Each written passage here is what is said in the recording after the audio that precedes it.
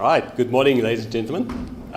Welcome to TWIMS, the Toyota Wessels Institute for Manufacturing Studies. I'm Prof. Tian Spelser. I'm the Executive Director of this institution.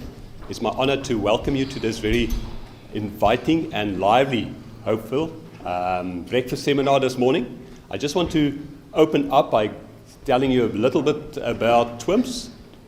TWIMS are in a very important space in the manufacturing education side. We've got an academic partnership with the Gordon Institute for Business Sciences, where we provide MBAs and postgrad diploma degrees. And then we also conduct executive short courses in the space of management capabilities for manufacturers. And we do customized programming as well. Part of our mandate is also to do research in the field of manufacturing. And this initiative has started in 2018, and we've seen many students going through our institution with a very high impact in the industry. So it's very important for your attendance here this morning as part of the community of manufacturers to be part of this discussion on industrial policy, which have a direct impact on the manufacturing space. So without further ado, I'm going to hand over to my colleague, Dr. Mbugeni Ndlovu, and he will take it from there. Thank you very much. Thank you very much, Tiens, and thank you very much for the promotion of a doctorate. Sadly, I haven't achieved a doctorate, but I am a candidate and hoping to achieve it soon. But good morning and welcome, colleagues, to this Industrial Policy Roundtable for TWIMS. This is an opportunity for us as TWIMS to be a platform for some of the most esteemed speakers on the topic of industrial policy. And what we wanted to do is particularly to have this debate around import substitution versus export promotion. Before I get into the context of this debate, I'll just explain the format for our discussion. So after I make a few remarks, I'll hand over to each of our speakers and introduce them in turn for them to give their opening remarks and position on the topic of import substitution versus export promotion. And then thereafter, we will have an opportunity to have an open discussion between us as a panel. And then the last part of it will be to open for a question and answer session with you, the audience. And I assume at that point you'd be itching to really get involved in this discussion. So just to put together the context of this discussion, South Africa is a very interesting case study in terms of industrial policy because we have essentially a modern economic history of two halves. So in the first roughly 15 years of democracy, we've taken on more of a liberalization approach in terms of our economic policy. We were the founding signatories to the WTO, the World Trade Organization, where countries actually signed onto commitments in order to reduce trade barriers between them and other countries. So, for example, our most favored nation tariffs, so tariffs that we apply to countries that we don't have trade agreements with, are around 5 to 6%, quite low tariff barriers. And we also started engaging with the world in terms of having trade agreements, one of which most prominently is the trade agreement that we have with the EU, the European Union. And so we basically had the first 15 years of export-orientated, open, liberalized economy focused on attracting FDI in order to stimulate growth. For example, our exports to GDP ratio is roughly around 50 to 60% in that area. We then took a turn from about 2009. I won't explain the reasonings, but some political reasonings and some economic reasonings. We took a turn focusing more on becoming more protectionist, more focused on import substitution, and more focused on transformation of the economy. Some of the steps that you may recall around this area is the amendments that we made in 2011 to the PPPFA, the procurement bill, basically saying that government is giving a local content requirement for certain goods that they procure in the economy. We've also seen the use of anti-dumping safeguards in various industries, poultry, steel, textiles, etc., in order to increase trade barriers for countries where we feel that our industries are not competitive or are being dumped for various reasons. And of course, we know that many of our master plans that we have signed on to speak about having a certain target for local content or localization as part of it. So 15 years of liberalization, FDI and export promotion, and a 15 years of increasingly more protectionist and increasingly more transformation-orientated policy. We sit now in 2025 with the so-called elephant in the room, which is Trump. He has basically created a situation where he has gone against the sort of globalization agenda and has been pushing more and more for increasing protectionist measures. And through his postures towards South Africa, he's forcing us really to respond as a country as to how we are going to engage with the US, but in large part how we're going to engage with the rest of the world. So I think this discussion comes at a very timely point in our economic history, and it's one that I hope will inform the policies that we will actually be thinking of implementing for now the next 15 and next 30 years. So as I've mentioned, we've gathered some speakers who I think are really key experts in this area. And part of our assembling of these experts is we think they take very different views. So we hope that will give some room for some discussion and debate, obviously very respectful and professional. But without further ado, let me hand over to my first speaker. Our first speaker is Mr. Jake Morris. He is the Chief Operating Officer at BMA, and he is a management consultant, and he specializes in manufacturing value chains. In his role in BMA, he oversees various value chain development programs, both privately funded and through the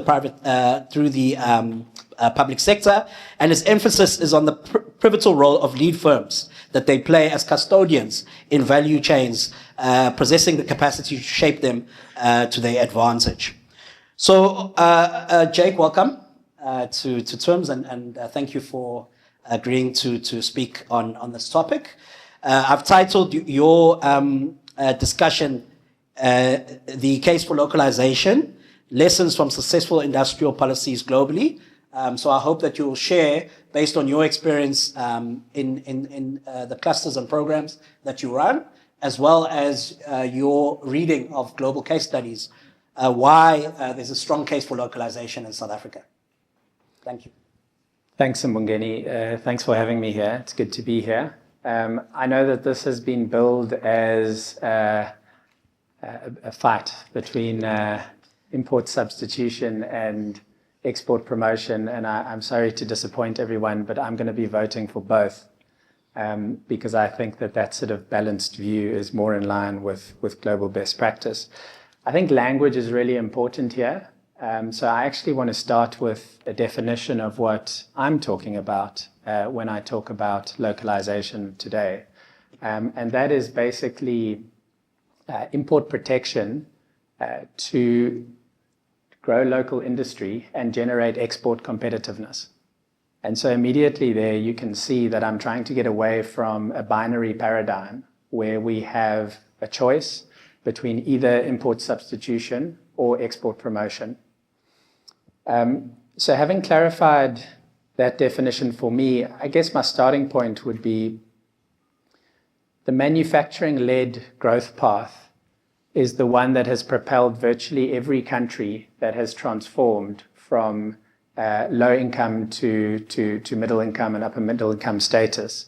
And so we have no choice but to grow manufacturing. And in the history shows that governments have played a major role in doing that. They have not taken a back seat. So the last few centuries, in terms of economic development, is really a story of trade and industrial policy driven by governments with import protection as an integral part of that. So if we think about the UK and then the US from the 18th century through to the East Asian economies in the 20th century, most recently, obviously, China, These are all stories of trade and industrial policy, which include picking winners, which include import protection. It's interesting to note that some of that protection has been far more aggressive than what we're talking about in South Africa. So if you think about the development of the automotive industries in South Korea and Japan, where there was no industry, basically. They were starting from scratch, and there was a desire to have one. And forget about import tariffs. They put a ban on FDI. They kicked out foreign companies from the country. So in 1933, Japan kicked out General Motors and Ford. And they said, we want to create space for Toyota, which largely up until then had been a textile company, to develop into a globally competitive automotive company. And it was the same with the beginnings of Hyundai in the 60s in South Korea. And it took a really long time, probably longer than they thought. We're talking decades here. In fact, Toyota had to be bailed out by the Central Bank of Japan in the 50s to stop it from going under. And it was only sort of I think it was in the 80s or so that it became, the global force that it is now. Similarly for Hyundai, I think it was in 2009, Hyundai actually started assembling Ford kits imported from the US in tiny volumes, and in 2009 became a larger global producer than Ford itself. So this stuff took time. It was accepted that there was a cost to this. It was accepted that people were going to pay a higher price for cars, that they were going to drive inferior cars. But what those governments understood was that the relevant question was not a static cost-benefit analysis, which is what do we give up? What are the costs and benefits today? Which is what economists would call static allocative efficiency. But rather, the question is, how do we get on a path of industrial upgrading? So a cost today for economic prosperity tomorrow. And so they took those bets, and it's hard to look back now and suggest that was the wrong approach for those economies. So if we fast forward to today, we see that thinking permeating the policies of the most successful emerging economies over the last few decades. So there's something called the Trade Barriers Index, which measures the level of protectionism based on both tariff and non-tariff barriers to trade. It does so for 88 countries. And what we see, firstly, actually South Africa is in the top half of the index, so the least protective half of the index. And the fastest growing emerging economies over the last few decades are literally the most protective in the world. And I think that we should give some respect to those governments. They evidently know what they're doing. And the fact that they are seeing room in their policy suite for import protection probably means that there's something to it. And I feel quite uncomfortable sitting here with our anemic growth and second guessing what those economies are doing. But what's interesting about those emerging economies, the best performing ones, which are sitting in the most protective end of that index, is they are export powerhouses. And so that immediately casts doubt on the idea that this is a binary choice. And that import substitution is a deflection away from export competitiveness. I think the key point to take away, though, is that those economies have not grown in that way because of import tariffs. Import tariffs have been part of a concerted national project where there's a whole basket of measures which have led to the results they've achieved. And that basket comprises demand-side measures. So, for example, incentives to create economies of scale in the local market by directing consumers to certain types of purchases. For example, in Thailand, it was demand-side measures that basically forced everyone to buy a pickup truck because economies of scale in pickup trucks allowed the local value chain to specialize and become super competitive with that particular platform. Then supply side measures, import tariffs, protection given to producers, a big part of it, but not the only one. So corporate income tax breaks, duty rebates on imported materials, and other supply side measures. And then there's a big basket of other constraints to competitiveness, or turning those into drivers of competitiveness. And here I'm talking about public infrastructure, electricity, water, ports, transport and rail, education, the labor model, all of those sorts of things. And so it is the coordinated, synchronized effort, a sort of national mission, in which import tariffs were a key part, that has driven those economies. And I think that is a good segue to South Africa, because we're in the difficult situation where there are many manufacturing industries which are struggling, and that is despite many of them receiving some import protection. And that puts us in an awkward position, because just like some of those economies I mentioned earlier, we have given up some affordability for many years in exchange for growth, future prosperity, which hasn't materialized. And so that places us in a conundrum. What do we do? And I think the important thing is to ask why. Why have we not grown? Is it the policy? Is it the institutional capacity to execute that policy? Or is it those other constraints to competitiveness that I mentioned? My view is that it's always the other constraints. It is usually poor execution of policy. It is sometimes the policy, and it's occasionally localization policy in particular. And I think that there are two implications from that view. The one is that the constraints to economic growth under import substitution and export promotion are actually the same. They have a common enemy. If firms can't be competitive at home because they have to generate their own electricity, they have to drill their own borehole, they have to transport their own workers to work and back safely, they have to hire private security to keep their premises safe, they have to train unskilled people on their own account because the public education system is not doing that for them. And they still can't be competitive at home when at least they have the advantage of not paying import duties, of having very low freight costs because they're not sending the goods all over the world. And they have usually some advantage of sort of knowing the local market. Well, geez, good luck abroad when you can't fall back on those things. So there's, I think, a common enemy, which is in fact even worse when it comes to export promotion. And that leads me on to the second implication, which is, I think given that, I would say that the focus on, I would say that the anti-localization narrative is to some extent a red herring, because it's not addressing the primary constraints to competitiveness.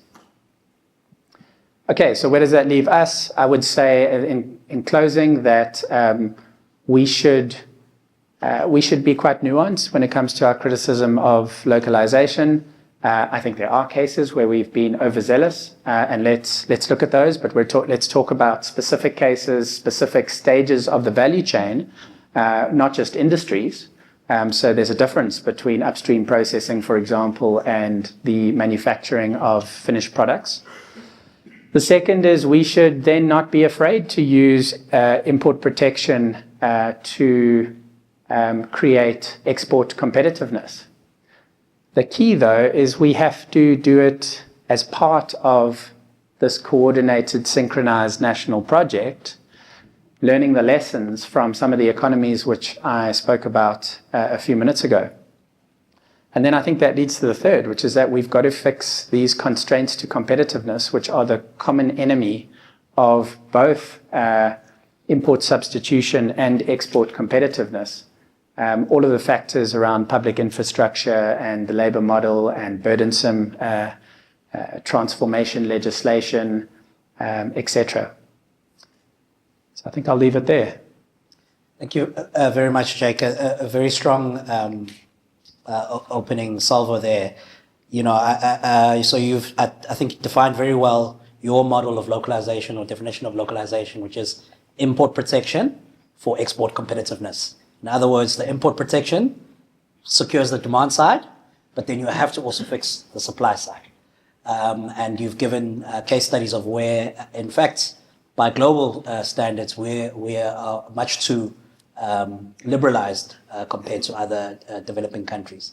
So some good points, and I think you've also prompted us to be more specific in terms of which industries and which parts of the value chain do we need to target for this import protection or export promotion. So giving us some good direction to work off.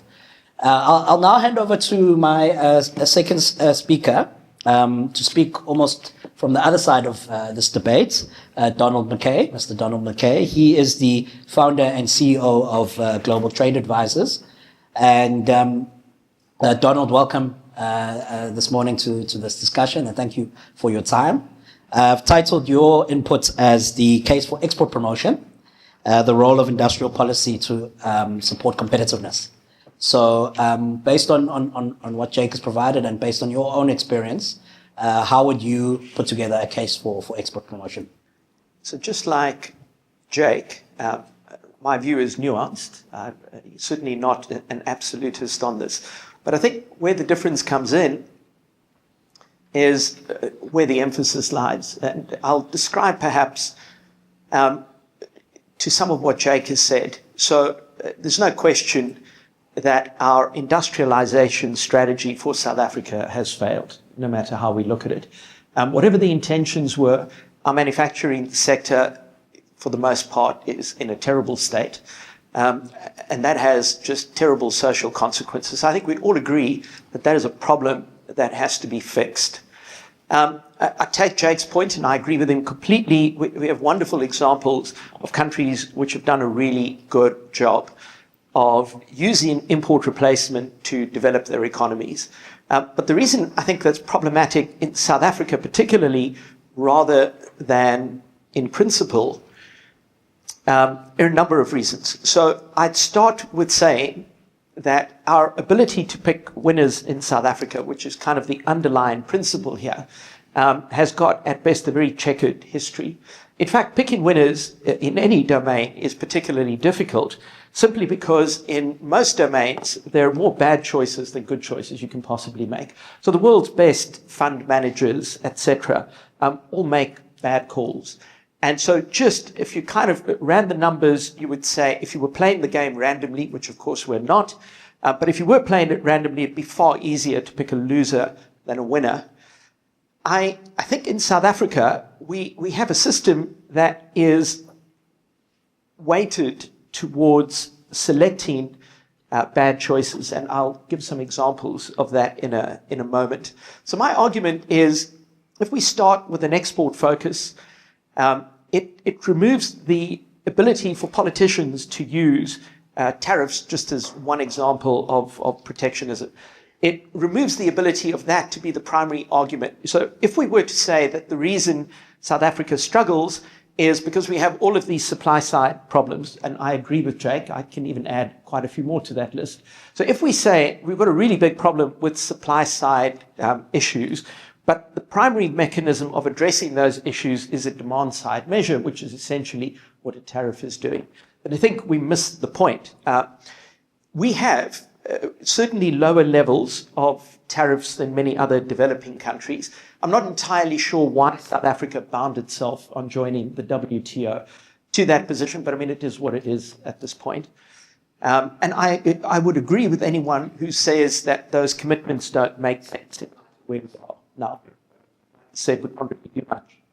about that. If, however, I look at what does the profile look like of protected sectors, we do have sectors that are protected. The protection in itself is not delivering us competitive sectors. Much of our protection goes to legacy, highly concentrated industries. So I'll give you some statistics here. If we take, for example, the anti-dumping instrument, without going into the detail of exactly what that means, in the period since the International Trade Administration Commission has existed, which is from 2003, almost a third of all of our anti-dumping applications have been on 4 sectors. 3 of those sectors are monopolies, and those 3 monopolies are all more than 100 years old. So it's an anecdote, but it's not an irrelevant anecdote. We protect the legacy businesses because our industry, the structure of our South African economy is very concentrated. Irrespective of what our policy position is, we have a small number of companies that make up the bulk of pretty much any sector you could think of. Yeah. And so because of that, the winners out of this will tend to be the bigger groups. So much of our policy, what it does is it locks out smaller competitors. Now, I don't think that's the intention, to be clear, but it is the effect of much of our policy. So when we look at import replacement as a strategy, there's no question that countries like Thailand, for example, have done incredibly well out of it. But there have also been many failures. So we can't just look at the successes. We also have to look at countries like Pakistan, Venezuela, Zimbabwe, etc.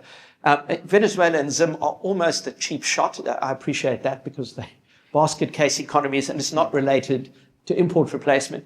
But there are many examples of where it has not worked. And so the assumption, if we're going to say that import replacement as our primary strategy is going to work, it assumes that we have well-functioning institutions in our country that can make it happen.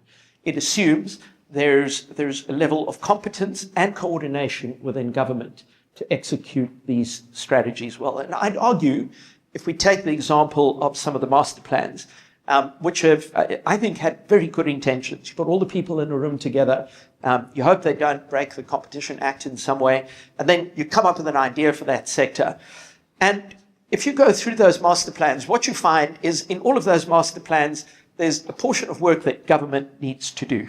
So depending whatever it may be, it varies by sector, but government has a job to do. For many of them, the failure of those plans have been the government portion of the execution has not happened.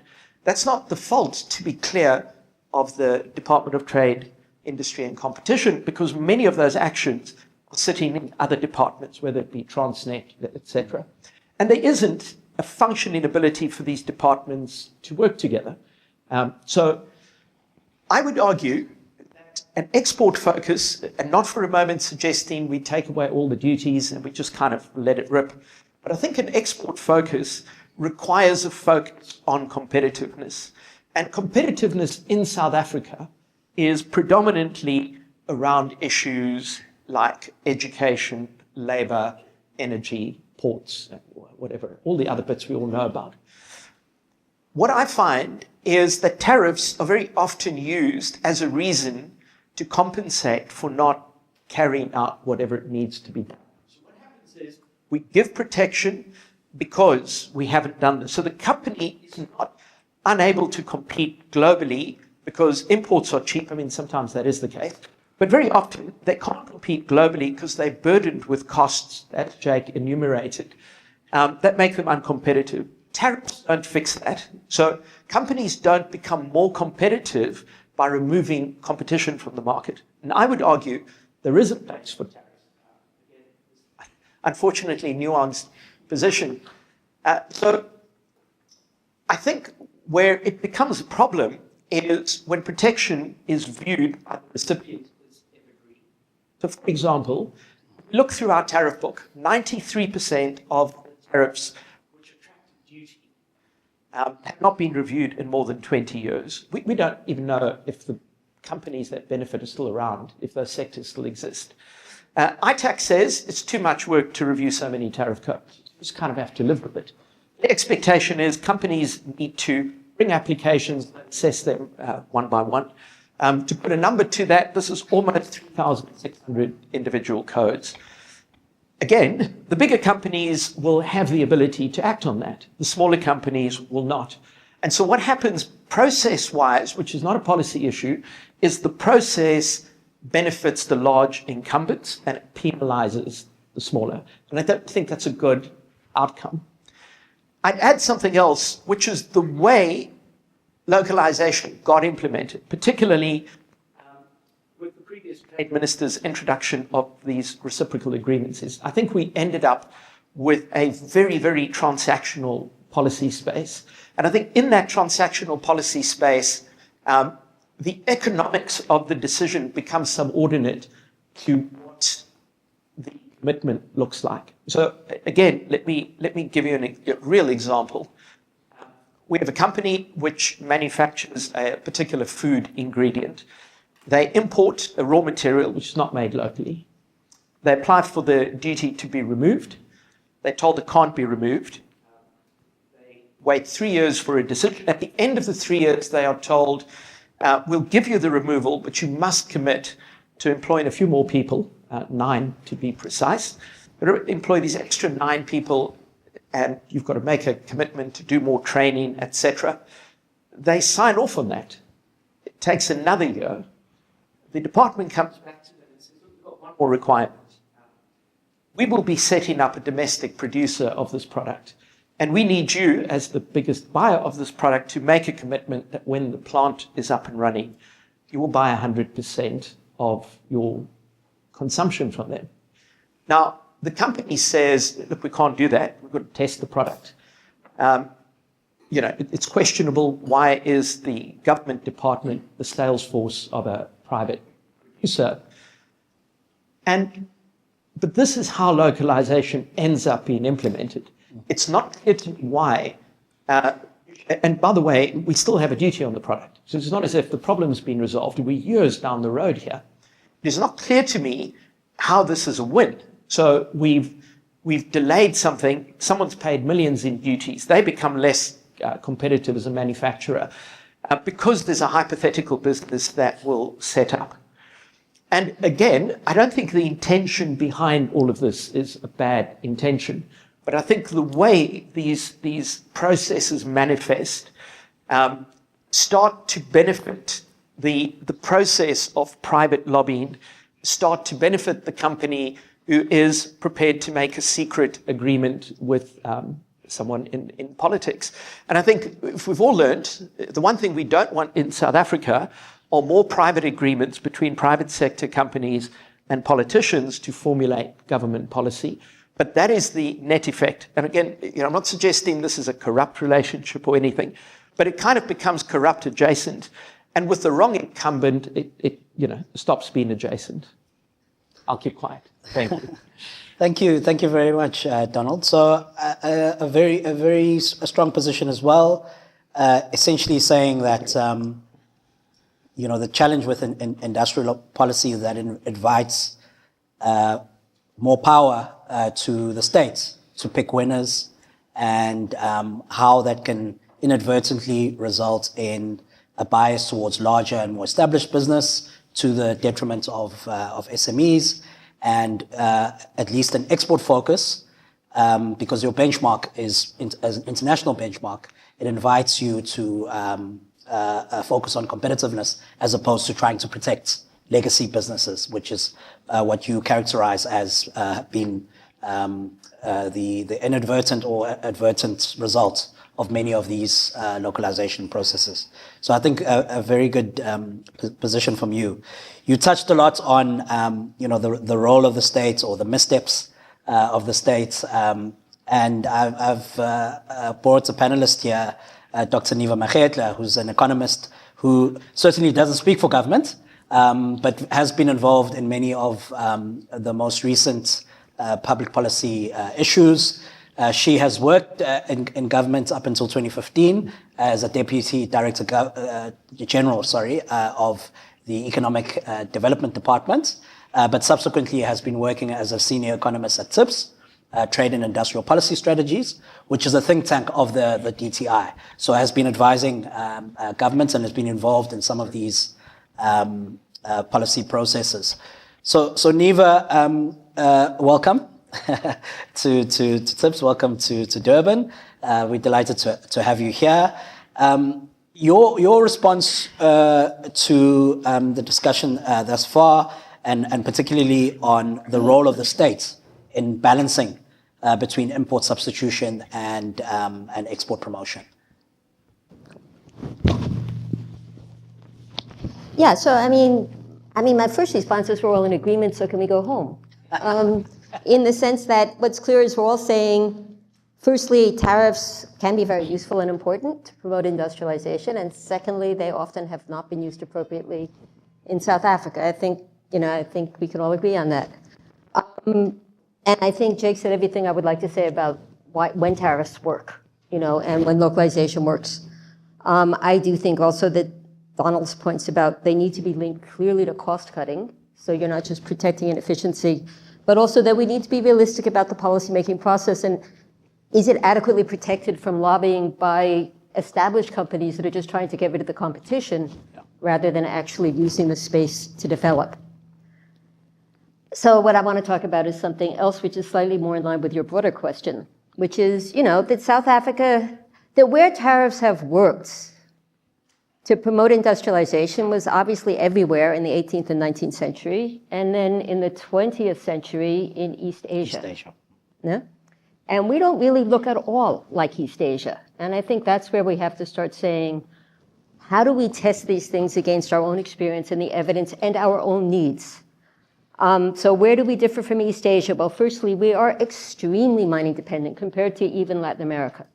Like if you look at the share of minerals in our exports, and I will send you the data, but we're just off the charts compared to other upper middle income countries everywhere in the world, basically.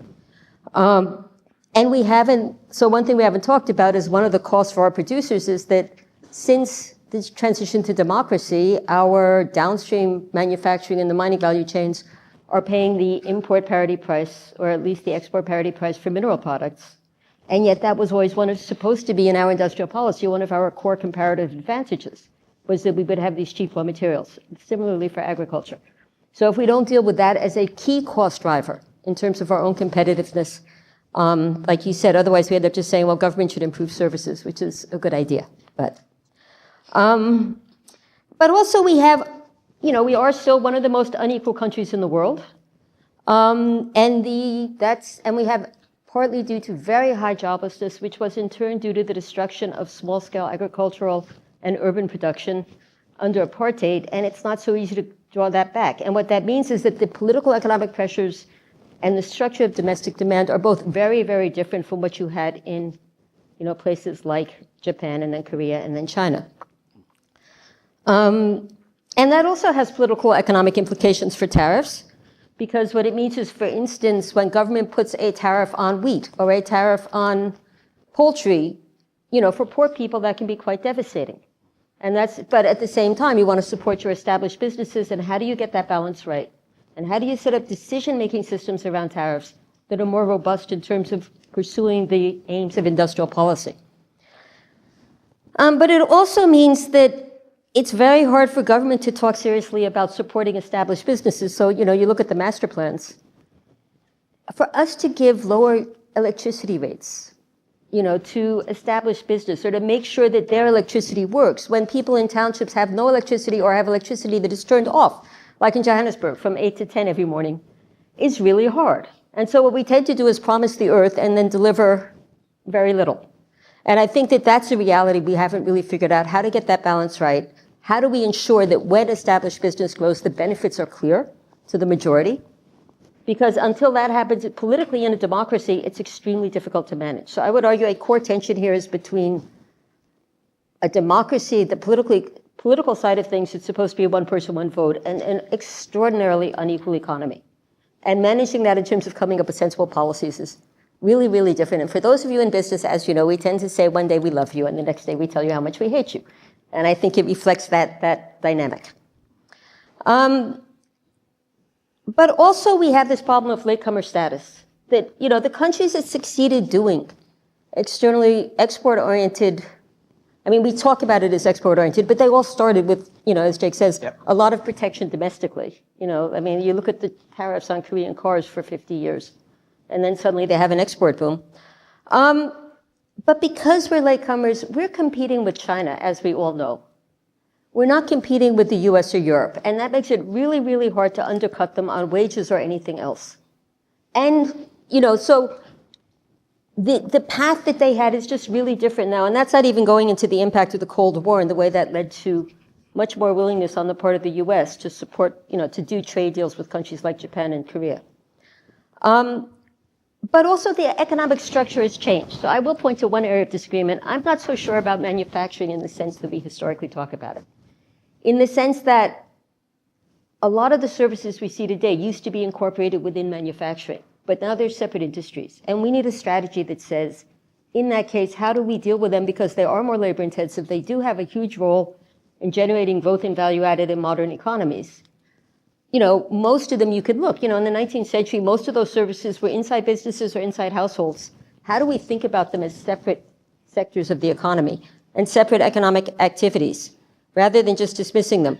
But also the technologies have changed, and that gets back to what you were saying, that the very large-scale Fordist technologies of the past, no longer exist. And I think that makes industrial policy much more difficult because you have much more fluid situations, much more decentralized producers. And you have things like, the mini mills coming up in steel or the renewables coming up in electricity. And managing those transitions is really hard, and it requires much more sophisticated industrial policy. You can't just say, well, this is what they did before. I mean, I have a problem that I feel like a lot of our industrial policy, it's either Stalinist or it's Fordist, but it's not really very modern, and that's why people say we need to save steel no matter what. So I would actually say the questions that we need to grapple with, right? And those questions are, firstly, what are we actually trying to do with industrial policy in South Africa? Is industrial policy just supporting established business and growing manufacturing and high-end services, even though we know it won't create jobs on a mass scale? And if that's the case, what do we do about jobs? Because you won't be able to implement that policy in a democracy unless you can show you're also doing something to benefit the majority. And what often comes up, as you know, is that it's production of goods and services for the domestic market that will create jobs. It's production of exports that often drives growth. And how do we think about that balance and manage that tension? And how does industrial policy change? In other words, if we're saying we need to prioritize employment creation and creation of economic opportunities for the majority. A second question is, how do we think about industrial policy in a modern economy? What has changed? That means you can't just, promote the really big, you can't promote ISCOR and Sasol and that will do it, because the modern economy is just more complex domestically and internationally. I do think increasingly important, which is there is a pushback from the US and Europe about buying goods from overseas. How does, the export-oriented industrialization worked because the US was the buyer of last resort. If they are and I don't think it's just Trump, it's clearly a deeper thing going on in the US. They may or may not keep it up, but if they do, how does that affect the potential for export-oriented industrialization? And you saw they want to put 25% tariffs on cars. A chunk of our cars go to the US. How does that, what happens there? And then finally about the decision-making process, that how do we come up with a decision-making process that actually industrial policy is always open to corruption, and all those East Asian countries had famously had corruption and had matchmaking between the private sector, by the public sector and the private sector, and all the problems that brings. The question is, how do you do it in a way that doesn't completely subvert your long-term aims? And I do think that what are the conditionalities we need for tariffs? How do we do the decision-making so it's protected from lobbying by established interests? All of those things become very important. But also, I would argue, part of our problem has been since '94, is that we don't have systems to manage risk, and so we become incredibly risk-averse. So when you talk about the need for structural change, it's always risky. And if you don't have systems to manage that risk, the easiest thing to say is, well, that sounds like a very interesting idea, and we won't fund it. And I would argue that that's a core challenge. No? Top. Thank you very much, Niva, for your reflections and really pushing us to think through the fact that all of the case studies that we use don't necessarily fit our context. in Africa, the fact that we're mineral dependent, the fact that we are now a latecomer. We are not only a rival or a challenger, to use that term, to the established developed countries, but we're also now competing with the likes of China. So this really makes our position quite unique, and you force us to think about not just established, but how do we modernize this economy, and is industrial policy taking that into account? As I segue then into the open discussion, I want to pick up on this issue of legacy industries versus modern industries. I think I had a discussion with you many years ago when we had this question about, I can't remember these precise industries, but it was steel versus another industry.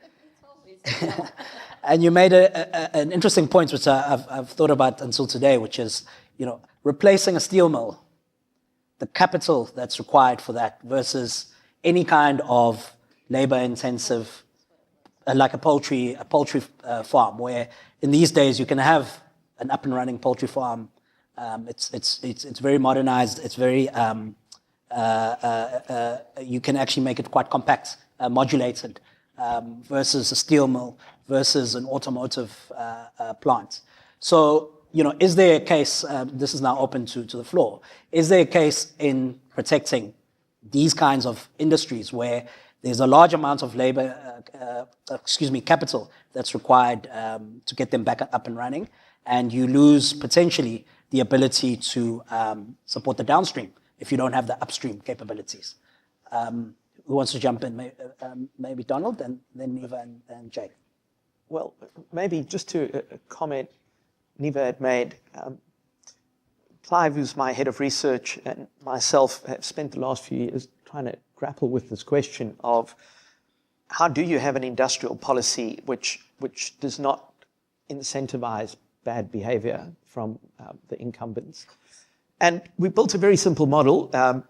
It's okay, it's not perfect, but I think it's better than what we have, which really says that there are two things you need to do. The one is you need to drive up levels of transparency. So our industrial policy has really been a case of secret negotiations, and I think that's deeply problematic. So you need to increase the levels of transparency. You need to have greater levels of meaningful sectoral participation. I don't mean throw it open for the whole population to comment on.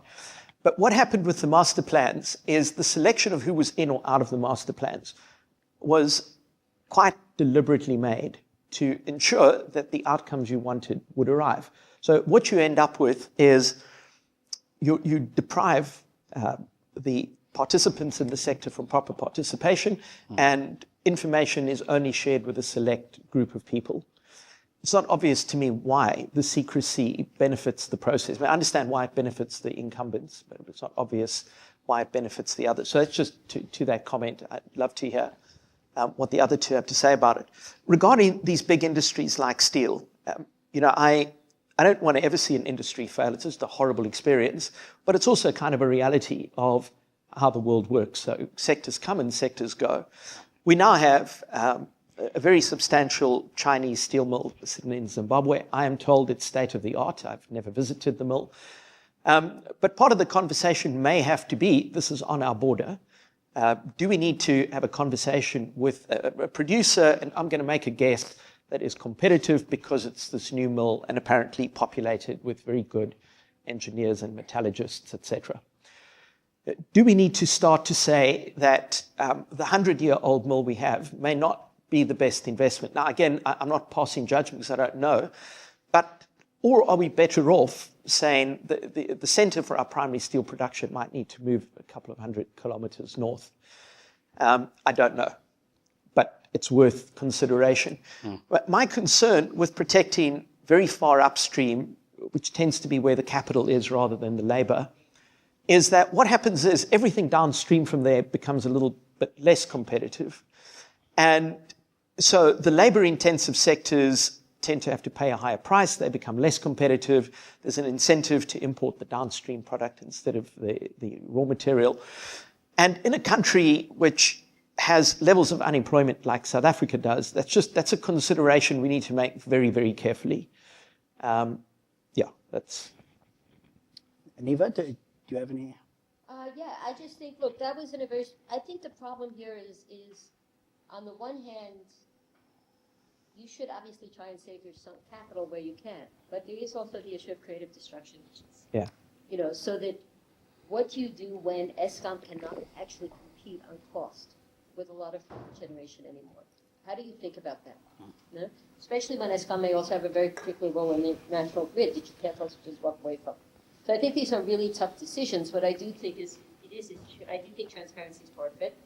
Part of it is also being much more clear about the evidence required to, for instance, put on a tariff, and costs and benefits and to whom, and specify that much more clearly. Then we need decision-making systems that are more robust in terms of ensuring, again, that the measures lead to the aims we're trying to achieve. Yeah? And then the one thing I would say about the master plan process is that, to me, the bigger problem is how do they decide what industries will get master plans? Yeah. So that it doesn't just become, if government itself doesn't have the capacity to come up with its own vision, then of course they're going to be subject to lobbying by the biggest companies. And then again, the real problem is also that then they can't even deliver because politically it's not viable. Yeah. And one of these days we should just have a discussion about steel, which seems to be the elephant in the room, you said. Huh? But where I would totally agree is it doesn't make sense to say we will do everything we can to save Arcelor long steel at the cost of smaller and more competitive small mills. But if we're going to try and save Arcelor, to be on the basis of them cutting costs, not on the basis of us protecting them from imports or from domestic producers, which they also should. Right? Thanks. Jake, we need to defend the master plans. At some point, Let me share two observations. The first is that I agree with the sentiment that we should take a value chain approach.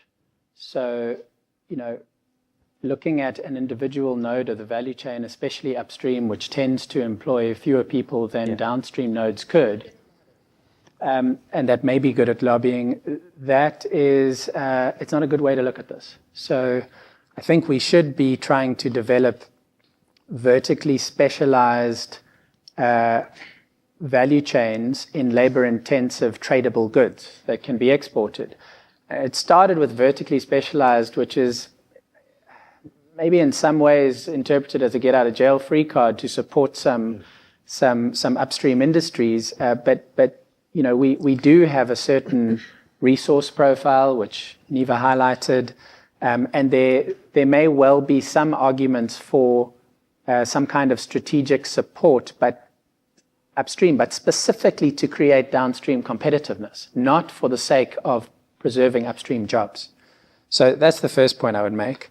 And then I would defend some of the master plans. And I think the first problem here is I don't think we can talk about the master plans as one thing, because they are quite different in their focus, in their timing, in their level of participation, in their level of traction.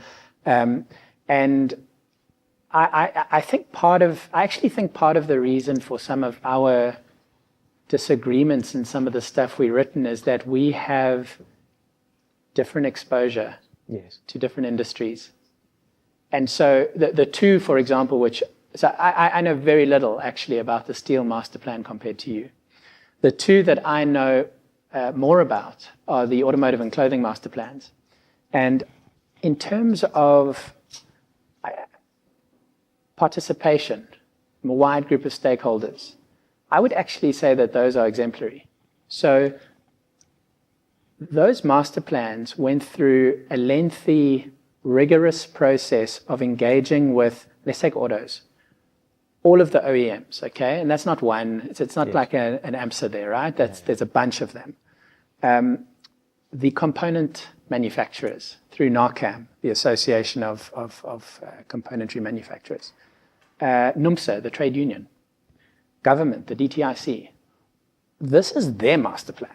So, I mean, this is a super wide consultation over many events in the development process. And then a sort of, and the same for clothing. And then actually, especially for clothing, I would say an exemplary process of consultative monitoring. In that, I mean, in clothing, every week you have representatives from the major retailers, the major all manufacturers, the manufacturing associations, the union, and government. Every week are meeting to talk about challenges and opportunities. And so I think that the constitution of those particular master plan processes, I think, is pretty good.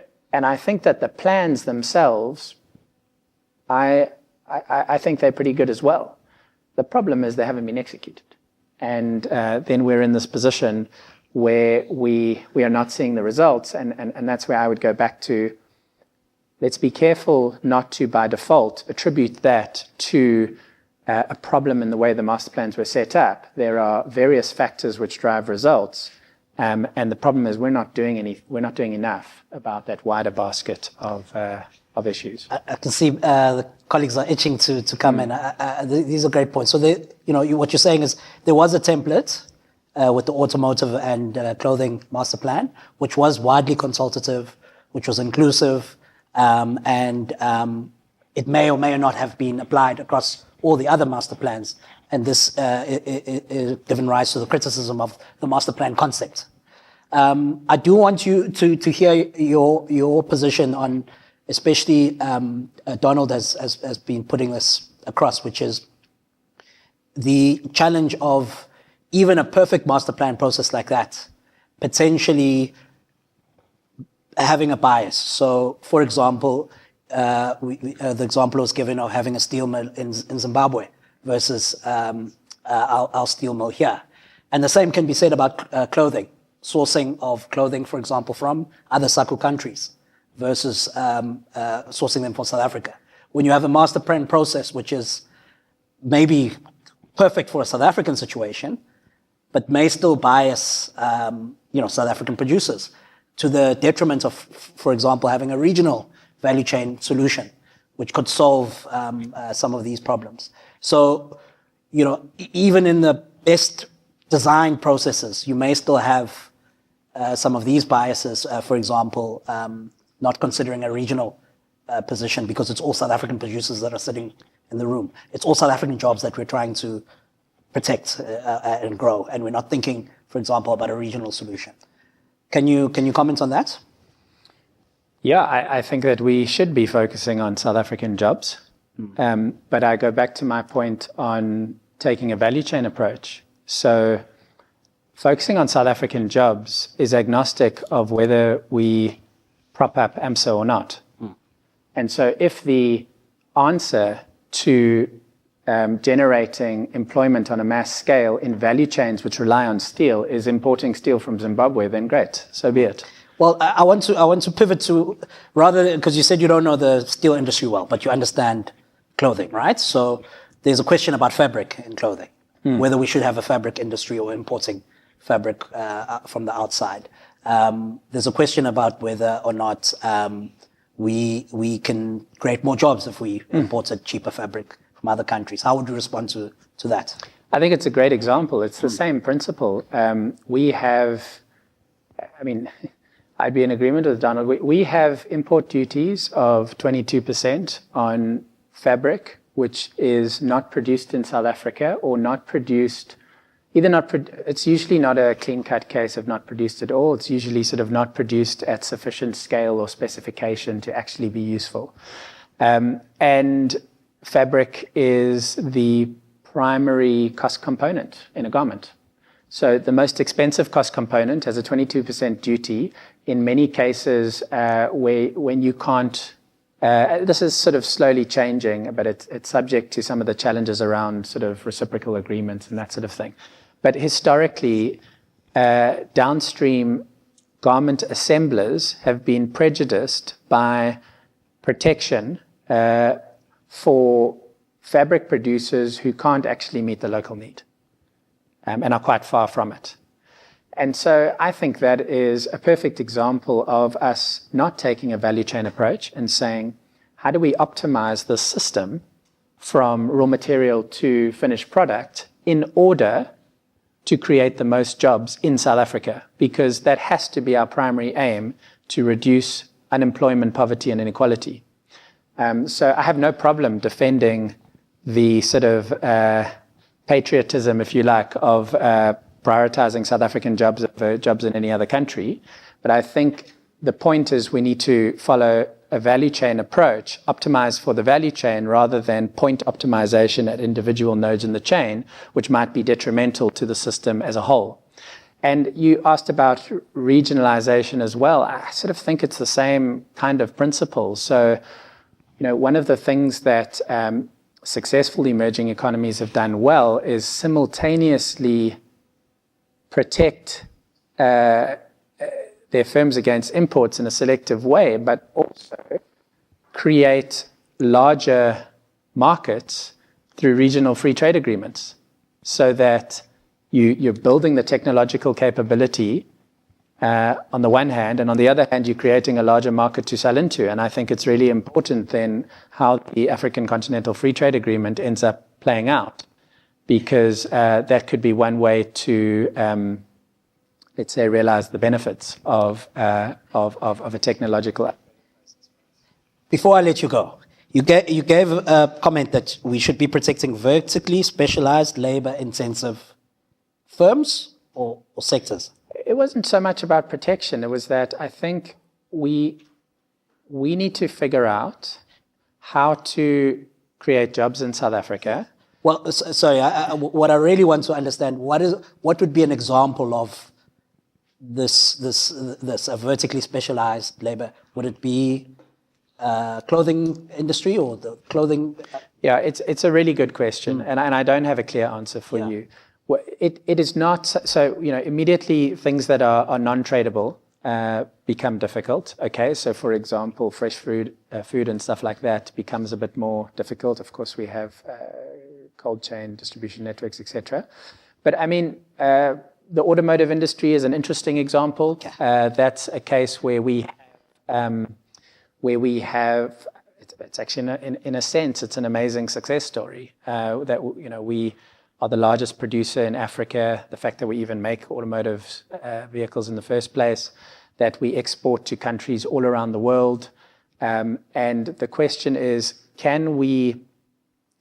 are there ways that we can further advantage that industry through deepening the local value chain and thereby creating that vertical specialization for export? Perfect. Thanks. Jake, you've given us a lot to discuss. And Niva, you wanted to come in, and then Donald? Yeah, I mean, I think the thing about the master plans, we did like a fairly comprehensive evaluation of it. Your mic is apparently. Your sound. I turned it off because it was making strange noises. Yeah, so we did a fairly extensive evaluation of the master plan. At TIPS, yeah. It's on our website, but I can send it. And the reason I'm saying that is because, in fact, there were some things they all had in common. And I think the really big issue there when you say who's involved is how do you think about consultation for government policy, where government itself doesn't really know what it wants? And so government tends to come in, and I was actually in COSATU, so I remember this well. They come in and say, what can you give us? And we're going, well, what do you want? And they actually don't know. And so what you ended up with all the master plans, and I would say all of them, even some are obviously better than others, like the steel one is a brainstorm. Have you read it? It's like very distressing. But all of them basically ended up saying, what can government do to help support established business? Because the people who were there in these consultations were established businesses and their unions sometimes. And the unions, I can say from experience, no, they don't have capacity to come up with a vision for the industry. It's not their job either. I don't even think it's the job of business. It's the job of government that represents everybody in these groups. So there were people who were not in the room. And the result is you ended up with, firstly, everybody wants better infrastructure. Everybody wants some kind of localization in the sense of either protection or designations from government or from retail sectors to make sure they buy more.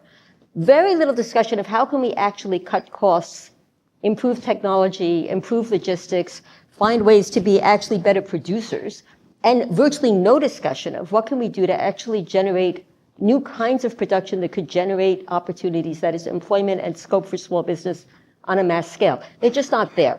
So very important to have a platform where you can talk to established business, but if government doesn't know what it really wants, you are not going to get something that will transform the economy to make it more inclusive. And again, I think we do need to start with the fact we have a very unusual economy. So we really have to come up with new solutions. And you look at what government was pushing for there, they would just come in and basically say, well, what do you want? And then can you quantify the implications if you grow faster for employment? But just growing faster incrementally is not going to transform, not going to deal with the extraordinary backlog in job creation that we have compared to other countries. We really do need new kinds of production to do that. And that's not on the table in the master plans. Again, I'm trying to say they did what they were supposed to do, which is get established business on board and improve communication. But I think if we look at that as the industrial policy, it doesn't address core challenges in South Africa. So would you say we need a master plan for new industries? I would say government first needs to decide what is the end state the government wants that would actually ensure that we get up to 60% employment instead of 40%. Okay, so that's a very big backlog, and most of that backlog is due to the fact that we don't have self-employed people. So in South Africa, 5% of working people are employers or self-employed. Outside of China, in upper middle income countries, it's 17%, and in China, it's like 25%. And so a lot of the unemployment is, in fact, apartheid destroyed self-employment, microenterprise, both in agriculture and in urban areas we lag behind. That doesn't mean we can just recreate that. We can't. But it does mean that a core factor behind inequality is the fact that people are not able to engage in the economy. And we need to have a strategy to deal with that. And then when we talk to the master plans, we can say this is what your industry could do. Or maybe it can't. Maybe all you can do is generate export revenues, and we'll use that to develop the rest of the economy. But what I don't think we can do is say you're going to get a transformative industrial policy by talking to people who are doing reasonably well in the current situation and just want, government to tweak its services. Incremental. And no business really wants to be told, you need to find a way to cut your inputs. Like they really don't want to talk about cutting input costs, even when it's clearly what they need to do, because they don't want to fight with their suppliers. Poultry, did they ever mention finding a way to reduce the cost of feed, which is 70% of the cost of poultry? No, of course they didn't. And in clothing and textiles, they got knits and they stalled on woven or vice versa, I forget which. Because nobody wants to fight their suppliers. And if government doesn't come up with have a position on that itself, it won't happen. And that's true for bringing new technology. It's true for, finding ways to improve labor productivity, all of these things, To challenge you then, Eva, about this point. I mean, you make a very strong argument about the need for government to lead. Part of the appeal of the master plans is we believe that there is a lack of capacity in the state currently to do this kind of complex decision making about the economy. So a sort of public-private partnership, model tries to offset that lack in capacity. But that model. Okay, so two things. Firstly, I still think government needs to know what it wants in that context on behalf of the country, because you can't expect private businesses and unions to represent the country as a whole. It's not their job, and they also don't have that capacity. What happened in places where that kind of industrial policy worked, like Japan, like Korea, often used to be in China, is that people were moving out of agriculture, which was low productivity, into manufacturing. And that meant there wasn't the same pressure in terms of just creating employment on a mass scale. So they could agree, how do we raise productivity? How do we grow these industries gradually? There wasn't a push to say, but what are we going to do about this backlog? Also, they weren't as money dependent, so you didn't have quite the same huge established interests. And they were coming out of revolutions and things. So all of that had, or World War II, as the case might be. So all of that really changed that political economy. But the main thing is much easier to build a national consensus about the need to grow Toyota than there is to build a national consensus about the need to, shift electric vehicles in South Africa so we can maintain our exports. Because for 90% of the electorate, completely irrelevant, and they don't see the benefit. No? Like you go to Singapore and they will tell you about their, the tour guides will tell you about their industrial policy. Nobody in South Africa cares about our industrial policy because they don't see, unlike in Singapore, they don't see the point. I need to hand over to Donald before he Well, come back to you. I'll come back to you, Jake. so I think I just want to touch on for a second. I'm heartened to hear about the participation in automotive and clothing. Clothing particularly, and you touch on, we unashamedly need to be South Africa first, but there's a challenge with that. So the first is we're part of a customs union, and the nature of our customs union is incredibly unusual. Essentially, what happens is the other 4 states allow South Africa to formulate trade and industrial policy for the region, and in return, we pay them a disproportionate amount of the customs duties collected to forfeit that ability to participate. That's not how it's legally framed, but that's the effect of what happened. The outcome of that is that we get the production in South Africa, and South African firms get a bigger market where they can sell at a higher price because of the duty protection that's extended. Now, I think the unspoken part of that agreement is that we're not going to directly attempt to relocate jobs out of those countries here. And I think the effect of how the clothing master plan got implemented does exactly that. So what we do is we say, we'll give you the duty relief on your 22% textile, but the clothing you produce, you can only sell in the country that you manufacture. So if you're in Lesotho, you may not sell that product into South Africa. You can only sell to the retailers that have signed off on the master plan. There's 7 of them. A lot more than 7 companies that sell clothing in South Africa than the 7 who participated. So this again talks to the concentrating of the industry. So there's a huge incentive at that point for retailers of clothing that benefit to start eating up the producers that sit upstream from them. There's also an incentive to look at where you produce the clothing. If the production of your clothing is going to be penalized because you're in Lesotho, then it doesn't make sense to produce your clothing in Lesotho when you're going to move it here, which is kind of the outcome that you're looking for. The problem is the woman who loses her job in Lesotho doesn't fly to the US to go work for Musk at SpaceX. She walks over the border into South Africa. And so when our industrial policies do nothing but shift kind of jobs around in the region, I don't think that's a winning strategy. Impoverishing the other 4 countries is not a great way to grow South Africa. And it ends up with retaliation that we find now we can't get our vegetables into Botswana, bottled water, and so on. These are not unrelated issues. We don't want to be in that position.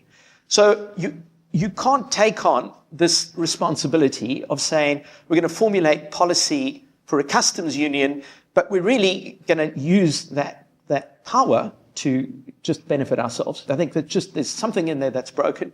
The second thing is you also can't view Africa as just a market. So we're not colonizing Africa. We're hopefully building value chains, but you can't take a view on Africa that says, look, here's how the value chain is. You do all the production here, and then we sell into the rest of the continent. And I'm probably overstating your position a little bit, Jake, but I think this has to work in both directions. We have to also be a market for Africa. We can't only treat Africa as just we're going to export. And that's kind of how empires worked. You found a place to put all of your product, you took all their raw materials out. If that's how South Africa behaves in Africa, and I'd argue we've got lots of evidence that is how we think of it, then I don't think we're going to reap terribly many of the benefits. Certainly we don't reap the benefits to any material degree of SADC, to the degree that we could. And for SACU, I think we've behaved poorly and continue to do so. I take some of your points and I'll give them to Jake to respond. I want to challenge you on your position, though. And I think of the points that have been made around the potential of localization to be biased, to be towards established business, legacy business, large enterprises. Can't the same be argued about export promotion? And is your argument not an argument against localization, but in fact an argument against industrial policy?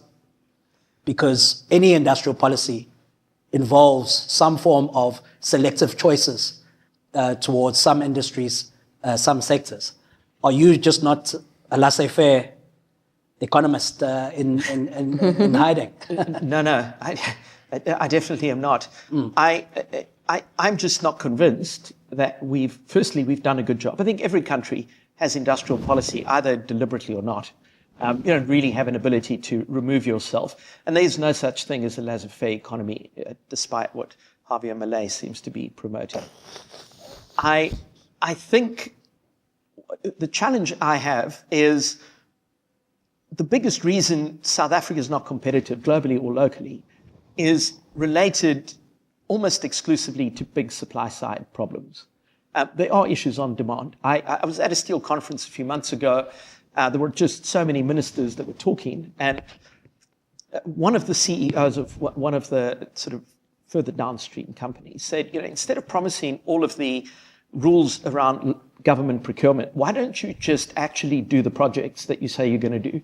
Don't worry that much about how much local content there has to be. Just build the bridge or whatever it might be.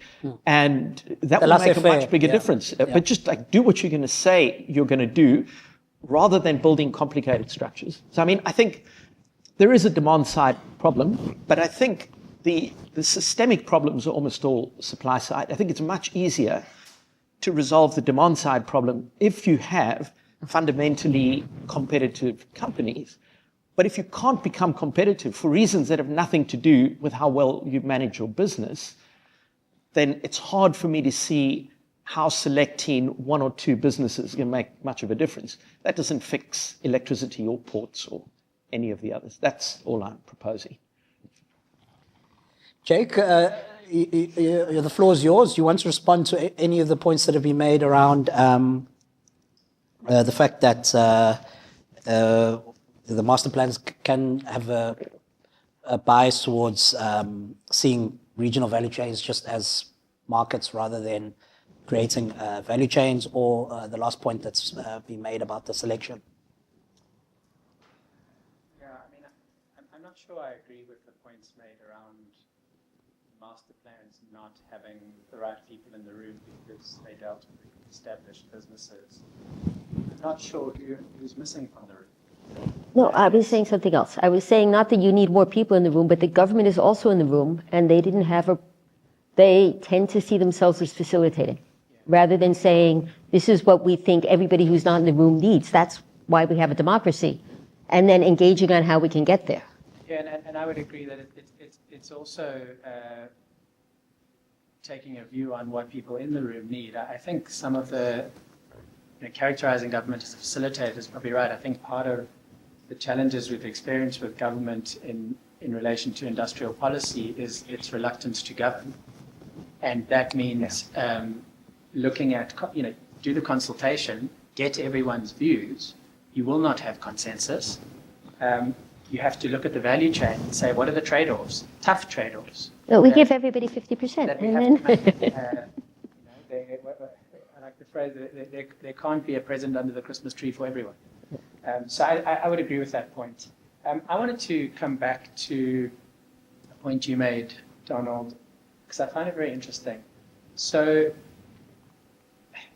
there sort of seem to, as I understand it, there seem to be two arguments in favor of reducing import tariffs. Just sort of abandoning or lessening import substitution. The one is that if you expose firms to sharper international competition, they will see what it takes to be competitive, and then they will get there. And I find that argument unconvincing, because I think that the more likely outcome is that they will simply go out of business, because the unfiltered international competition is tough. And I also think that firms that do benefit from some import protection are subject to fierce domestic competition. So again, this is not where we're talking about an upstream monopolist. Often we're talking about actually not that concentrated an industry where there is fierce internal competition. And so firms are doing their best to reduce costs. And suddenly exposing them to China on an unfiltered basis, in my view, is more likely to just lead to them going out of business. And the problem is when those firms go out of business, they don't come back. Yep. So that argument makes me nervous.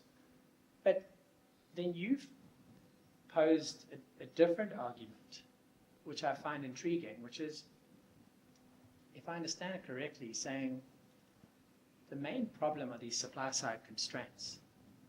And import protection gives government cover to not deal with those issues. Yep. And in a way, my interpretation of that is that, if that import protection was taken away, government would have no choice but to deal with those issues. And my interpretation of that is it kind of goes exactly the other way to the first argument. It says not that firms will they'll suddenly say, oh wow, this is what competition is about, so I'll just make myself more productive. But instead, they will struggle so much, the situation will be so dire for South Africa that government will be forced to get its act together. So that seems a concession that firms won't become more productive. In fact, firms won't become more productive. It will be the opposite. So that's my first observation. But then my second is, it feels like quite a high-risk argument. It's kind of a bet the farm type of argument to say, actually, we need to make things worse in order to get better. And I don't know if I would be comfortable betting South Africa on that, because things have gotten pretty bad in South Africa many times before, and unfortunately government still hasn't done the right things. So I find it an intriguing argument because it's different to the first one. And I also find it a high-risk one. But I'm curious to know maybe what you think about my interpretation of it. Go ahead, Donald. Well, so certainly I would never advocate for saying that the way to toughen up for South Africa is to be just exposed to China and kind of hope for the best. Because we lose that game every time, and so does every other country in the world, pretty much. I guess what I am saying is you can't fix with tariffs a problem that is fundamentally not about imports, because tariffs only do one thing, which is make the imported product more expensive. We do a lot of work trying to deal with circumvention of duties, for example. One of the trends we see rock solid every time is you push up duties, you drive up circumvention, just as an example. SARS doesn't have the capacity to cope, and so the winners are the circumventors, not the legitimate traders or the local producers. My argument here is the conversation we need to have primarily is government has to do its job. There's no industrial policy in the world that is going to compensate for the fact when we didn't have electricity. It doesn't matter what duties you put in place, it doesn't help. We should also remember we're not the US. This is a small economy populated largely by people with no money. So they're a very small group of people that have almost all of the wealth. Consequently, the ability for the South African consumer to just keep eating the costs of inefficiency, it's not obvious to me that's a winning strategy either. So I'm not for a moment suggesting we bet the farm, although in some ways we might already have lost the farm with the policies we've had to date. What I am saying is, if you're going to give protection, there needs to be an endpoint where the beneficiary of that protection, whether it be a subsidy or duty, whatever it might be, they need to understand that this is not going to be here for 30 years, that you're going to get this protection for a period, then it's going to be reviewed. So as an example of this, ITAC, when they publish a report for a duty increase, will usually say, in 3 years, this duty has to be reviewed. They never review it. So what happens is, I'm not saying at the end of 3 years, the duty must be stripped away, but it has to be looked at. And you've got, like, what have you accomplished with this protection? Yes. If all you've done is pay a slightly larger dividend to your shareholders, that's a terrible outcome. But because people that benefit from protection know that the protection is going to get locked in, because almost all of our protection doesn't get taken away, it incentivizes lobbying rather than productivity. It's far better because once you've succeeded with locking in a benefit, those benefits almost never disappear. And if anyone wants the data, I'm happy to share it. So that's my concern. We're not using protection to build a competitive economy. We're just protecting. And I don't think that resolves anything. Jacob, I'm not sure if I've answered your question or added to the confusion. Thanks.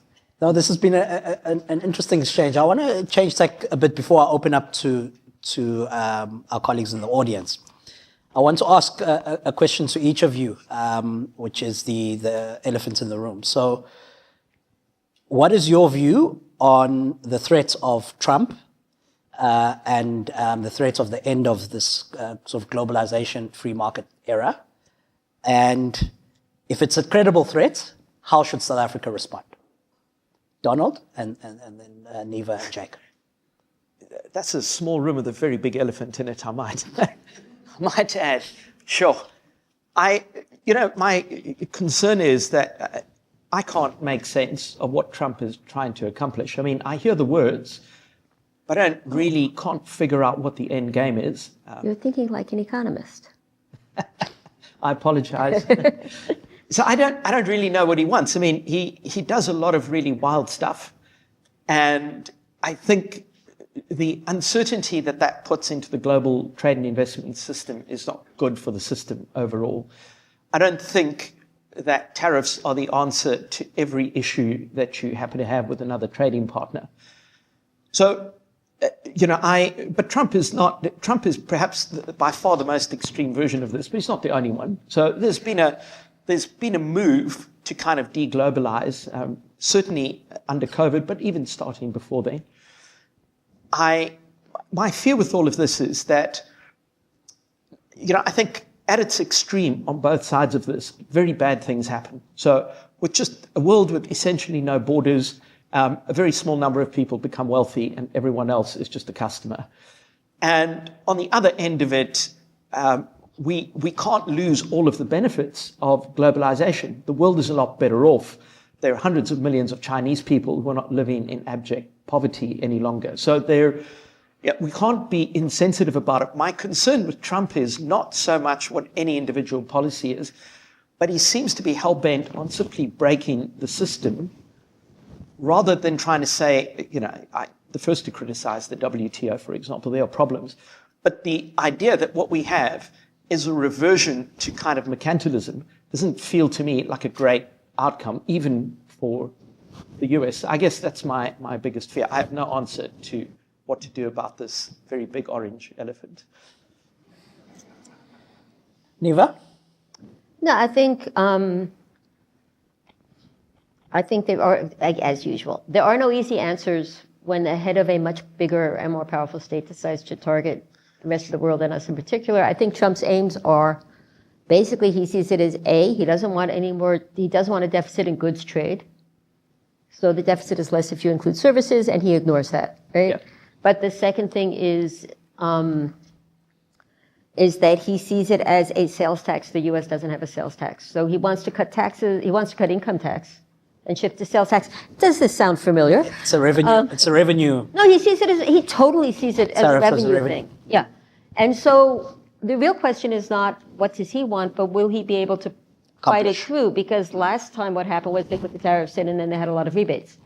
I think the fact they didn't do tariffs on Canada and Mexico is because there was pushback from within the U.S. So on the generalized tariffs, as opposed to targeting South Africa where nobody in the U.S. cares, on the generalized tariffs, I think we'll just have to wait and see what happens. But if they do put those tariffs in, there will be big adjustments in the world that will be very hard to manage, and the world economy will slow down. Having said that, I do think there's a problem which a pure export, or a thing that says we can just copy Asia on export orientation, where it's problematic is that it's become really clear that the U.S. in particular, but Europe as well, do not want other countries competing with them. And so at some point they realize that structure of globalization, the logical endpoint, is that we have much more industrialized countries amongst the beneficiaries of globalization, and they explicitly do not want that. Yeah. And I think we need to learn from that, because the same thing would likely apply to us if we started becoming no competitors. And that to me means we need to be careful about being how we think about growing the domestic market, which, by the way, I think is more conducive to labor-intensive activities, as well as how do we grow the export market, and think more about how we balance that. So the Neva, I mean, the option of being I guess it's off the table now, but it was there at some point, of being sort of a diversity away from China. Some of our manufacturers were saying, well, Yeah. you know, the US and the China are having a trade war. South Africa is going to be the Well, firstly, safe yeah. investment then. You know, I did a little Venn diagram, right? On the one hand, you have plastic straws, and on the other hand, you have South Africa, and the overlap is Trump think or woke. So I don't think Sorry, repeat the last part? the overlap Yes. is things that Trump thinks are too woke. Oh, okay. Okay. So what is the way of saying, I think that everything they hate about more inclusive societies, we Represent. epitomize. So I don't think we're going to win on that one. And whether they will actually go to the point, whether they care enough to do anything, I don't know. But I'm just saying, I think we need to be aware of that as well. But Too woke. Yeah, too woke. Well, because we necessarily have to talk about diversity and redistribution and equality, and they don't want to hear any of that. And we cannot not talk about it given our history. No? So yeah, but in Thanks. terms of the tariffs thing, what I would say is just that, you know, we need to clearly think about how do we think about demand if we can't simply say we're going to export to the US and Europe, because our manufacturers, you know, and China. So our raw materials go to China and our manufacturers go to the US and Europe and our horticulture as well. And if those things get cut off, do we have alternatives? How do we think about that? Thanks, Neva. Jake, a credible threat? And if so, what should we do?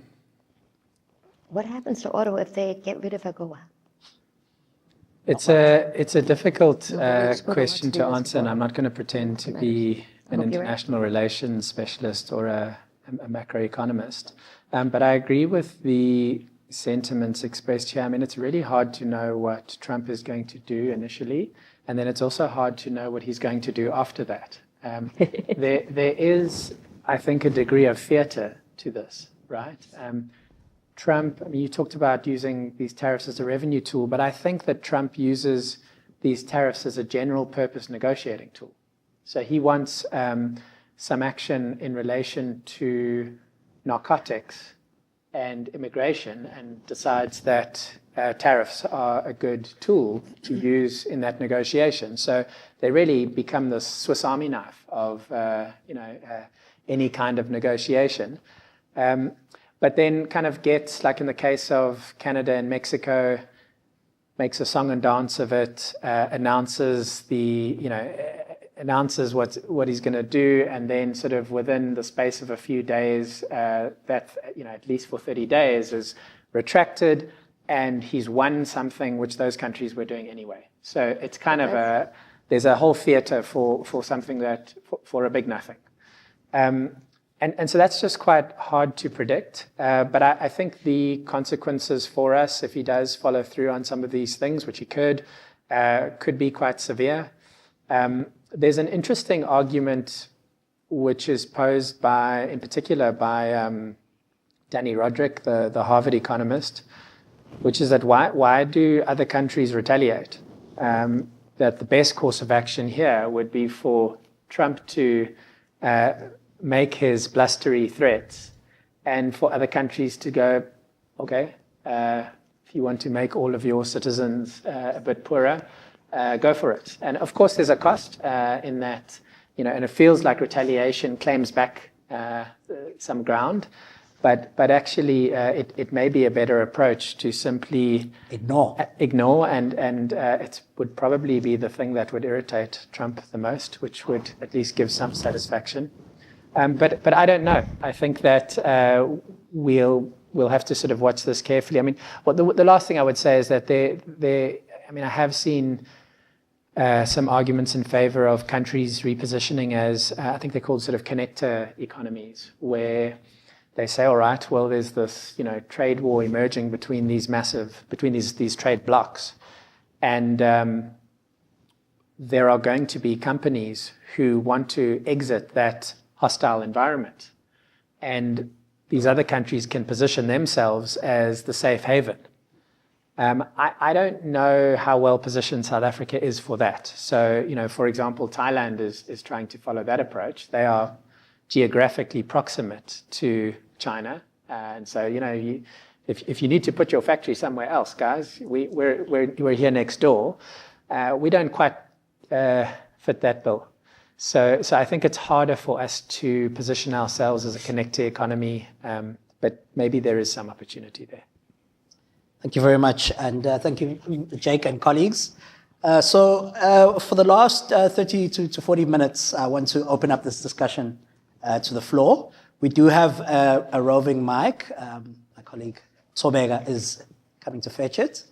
Perhaps we can take questions in rounds of 3. So if you'd like to ask a question to one or all of our panelists, please raise your hand at this point, and then we'll give you the roving mic.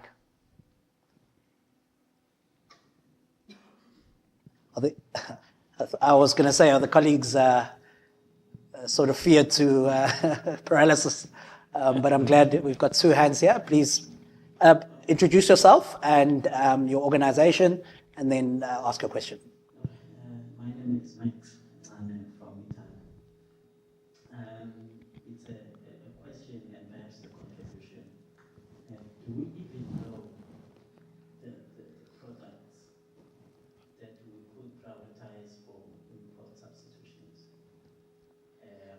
And then the contribution, perhaps starting with the last question you posed to the panel, where you said the geopolitics and international relations. I think we entered the space that didn't need us. We are small enough and struggling internally to enter into that space. We should have continued with what our stance that says we are neutral. But because we are confused, we said we are neutral, but we were not neutral by taking a stance. Trump is retaliating, and now we are organizing everyone to support us. And we're going to spend a lot of money in mobilizing those people. Now, coming to the policy issue, it's another confusion that we are in. In my view, the Black economic empowerment has reached its expiry date, and it has to be squashed. I don't mince my word on that. For instance, if you are bringing a foreign direct investment, in my view, if somebody, I don't care whether it's black or white or green, coming to Pine Town and say, I'm going to revive a factory, I'm going to employ 1,000 people. To me, we need to roll out the red carpet for that person. And focus, I agree with the value chain focus, and focus on the value chain to say, our SMME must benefit there. But from the first conversation, you are saying, allocate 30%, you are chasing that person away. So BEE, not even reconfigure that thing, scrap it, doesn't work. Secondly, you have instruments like SEZ, which are good enough by telling us about the pipeline. The pipeline that was amazing 10 years ago, today is still amazing. You go to the ground, nothing. Why we discontinued the old industrial parks? Today, industrialization, with desindustrializing, you go to Sentin, it looks like a banking and finance city because that sector is the biggest and they're contributing more on the GDP than manufacturing. Goes to Israel, Egorulen, it's like a ghost town that was ravaged by wars. All factories closed. And we are saying we are serious about industrialization. No, we are not. And you ask yourself, why these banking and insurance, what they are funding if industrialization is going down? And then the government willy-nilly host people, pledge all investment, and after the pledges, nothing happens. It's a confusion. I can go on and colleagues. Let me stop here, but we are in a deep state of confusion and we don't see the crisis, but we pretend as if, no, all is well. It's a crisis. Today, not all of us here can claim it's safe when we walk around here because people on robots are there, are scary. We left our homes now. Because of unemployment, we don't know, perhaps we go there, there's a house burglary. It's a mess. Thank you.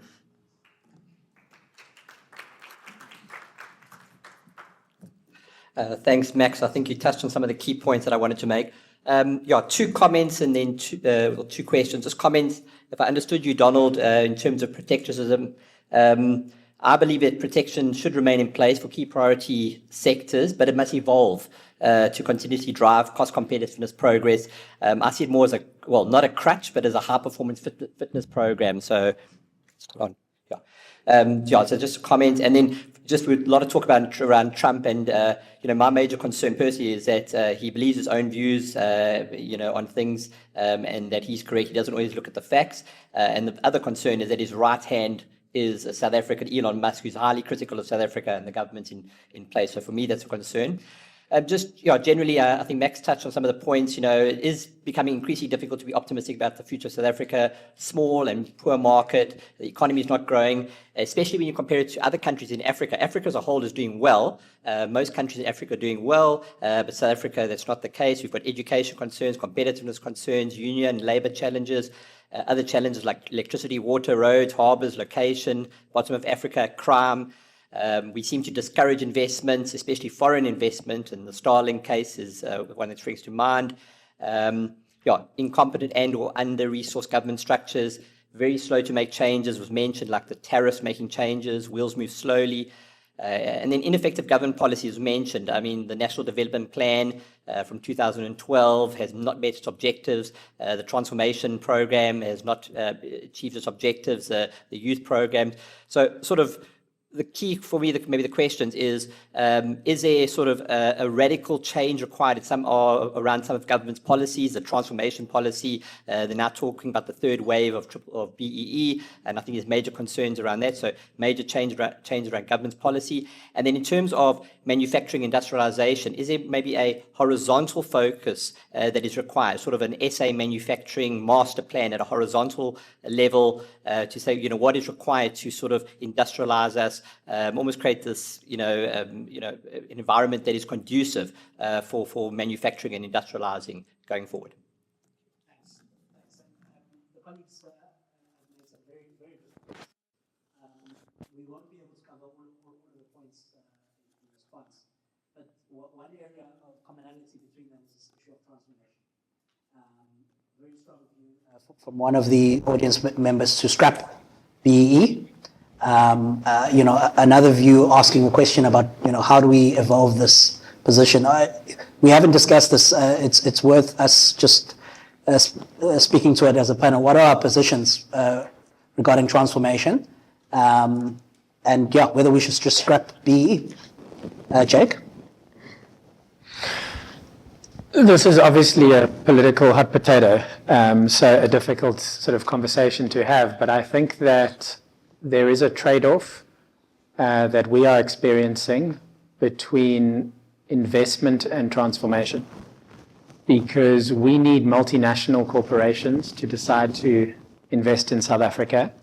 And for better or worse, those organizations conduct fairly cold cost-benefit analyses and burdensome legislation from a sort of financial and compliance perspective. They go into the cost column. And it's important to recognize that countries who sell their goods here in South Africa do not face that kind of burden. And so I think there is I think we are going to have to face up to that sooner or later. I don't know if it's as simple, though, as sort of scrapping BEE. I think we have a unique history in South Africa. We are the most unequal country in the world.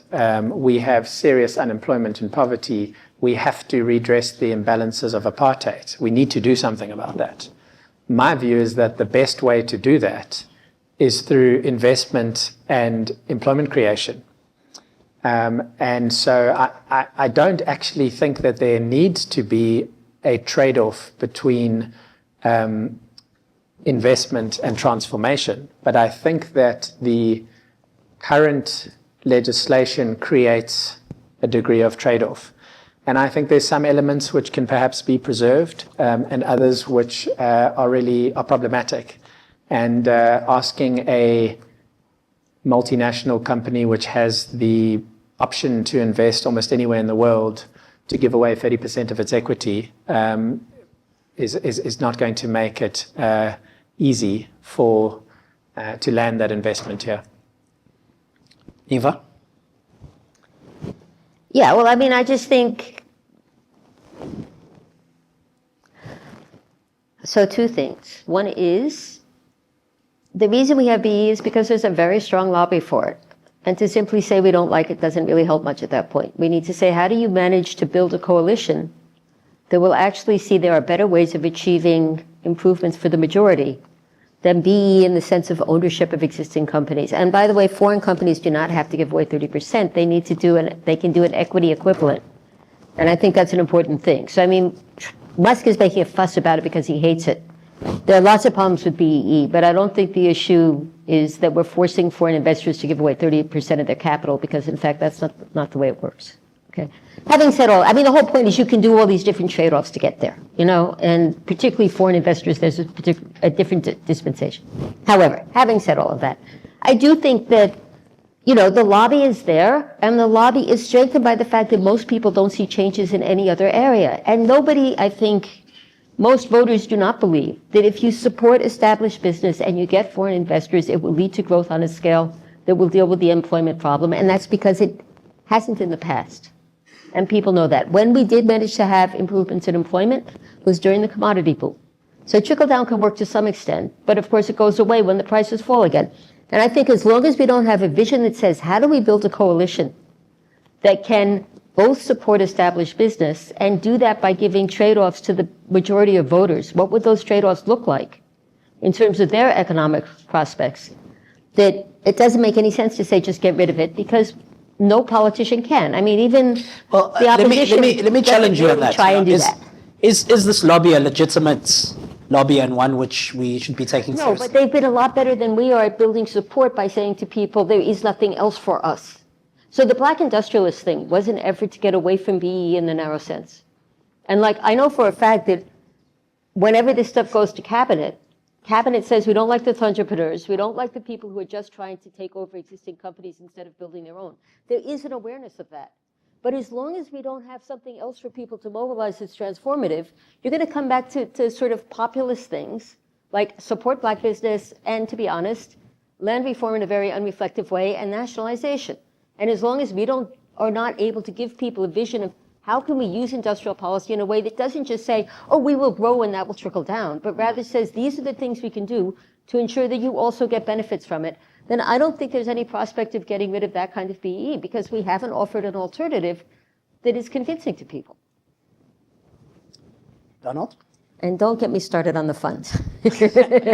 Well, you know, I think without dealing with BEE directly, we're an unproductive country, just factually. We're not competitive at most things. We're pretty good at digging rocks out of the ground, but not good at doing much with them. And that really is our story. The sectors that thrive are typically subsidized in some way. So fundamentally, you can't grow an economy by just endlessly putting money into the pockets of a small number of people. I would argue every policy we have needs to be measured against the question of what does this do to our long-term productivity or competitiveness? Does it raise it or drop it? Every time a child doesn't finish high school, that is marking down our productivity. Half of them don't, I'm told. So I think the question for me is, there isn't any space left to look after small numbers of special interests. I think the question for me is, how does BEE contribute to our productivity or not? Does it make us more or less competitive? I'm not for a moment suggesting there are not social issues, but it's very obvious to me that BEE has not improved the life of the average black South African after 30 years. So irrespective of whatever the intentions might be, the outcome has not been that we have a thriving economy with lots of middle-class people living a great life. You know, if it detracts from our productivity, and you know, I don't know the facts on the 30%, I'm just going to accept between the two of you, but if it detracts from our productivity, then no matter how many individuals win out of the process, the economy is always going to be worse off. But I guess the politics of it, you know, this is hard. I mean, you can't have a situation, how do you tell the story that I'm President Ramaphosa, I was a winner of BEE, You can't be. Now I'm kicking away the ladder. Yeah, so you can't kind of, I have no idea politically how to deal with that, but it's not obvious to me that economically it's achieving the objectives that we want it to achieve. Thank you. Another round of questions and comments. I'll go to this side. And then just, Luke and Megan. Good morning. My name is Priya. I work for Combined Motor Holdings. It's actually a motor retail group.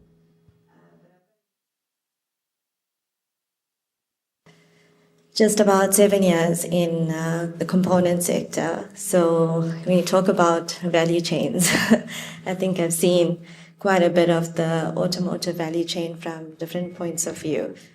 I think prior to entering motor retail, I had a very narrow view, which was we need industrialization to progress as a society, and that would have the overflow impact into the rest of society. But looking at it from a consumer perspective, I've become very conflicted about my own views around industrialization as the driver of growth for society. So my question to the panel is, should industrial policy that is mature, like your automotive sector, play a greater role in formulating policy? Sorry, I don't know why I'm nervous. But should those more mature sectors that have the ear of government play a greater role in policy formulation around social issues, which then get bedded down in master plans, beyond infrastructure, areas that actually touch humans like education, greater demand side measures, for example, that can have a ripple effect because they've got the voice in the room. Thank you.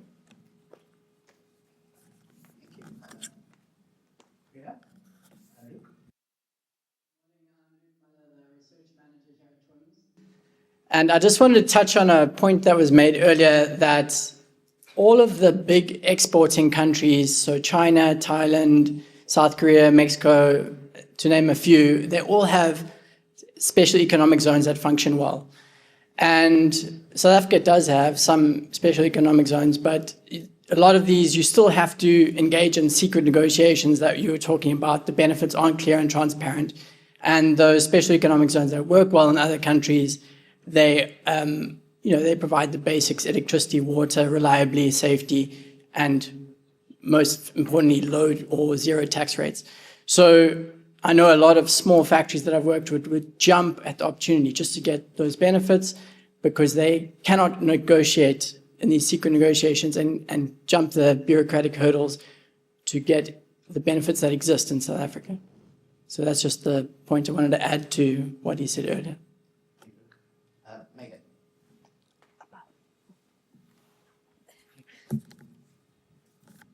The name is Mana. We manufacture toilet. Sorry, Megan first, and then we'll come back to you. Sorry. Thank you so much for the panel today. I'm Megan King from BMA.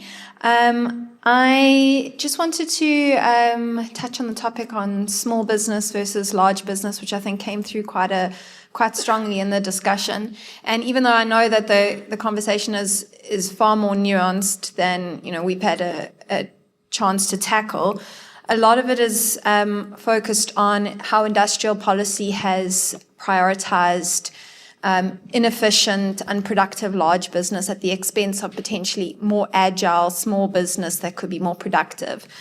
But just as we could perhaps generalize around the efficiencies and productivity of large business, so can we inflate the potential and the productivity of small business.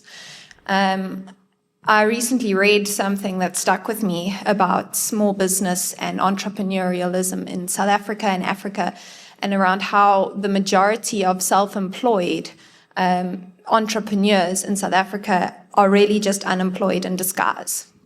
So we can talk about small business and its potential, but there's the reality around what that actually is that I think we need to maybe be a bit more conscious about when we say, let's not support large business. Not that that's what you're saying, but, the past has been about prioritizing large business, but there's this huge potential for job creation amongst the small, which I don't always think is the reality that we're facing.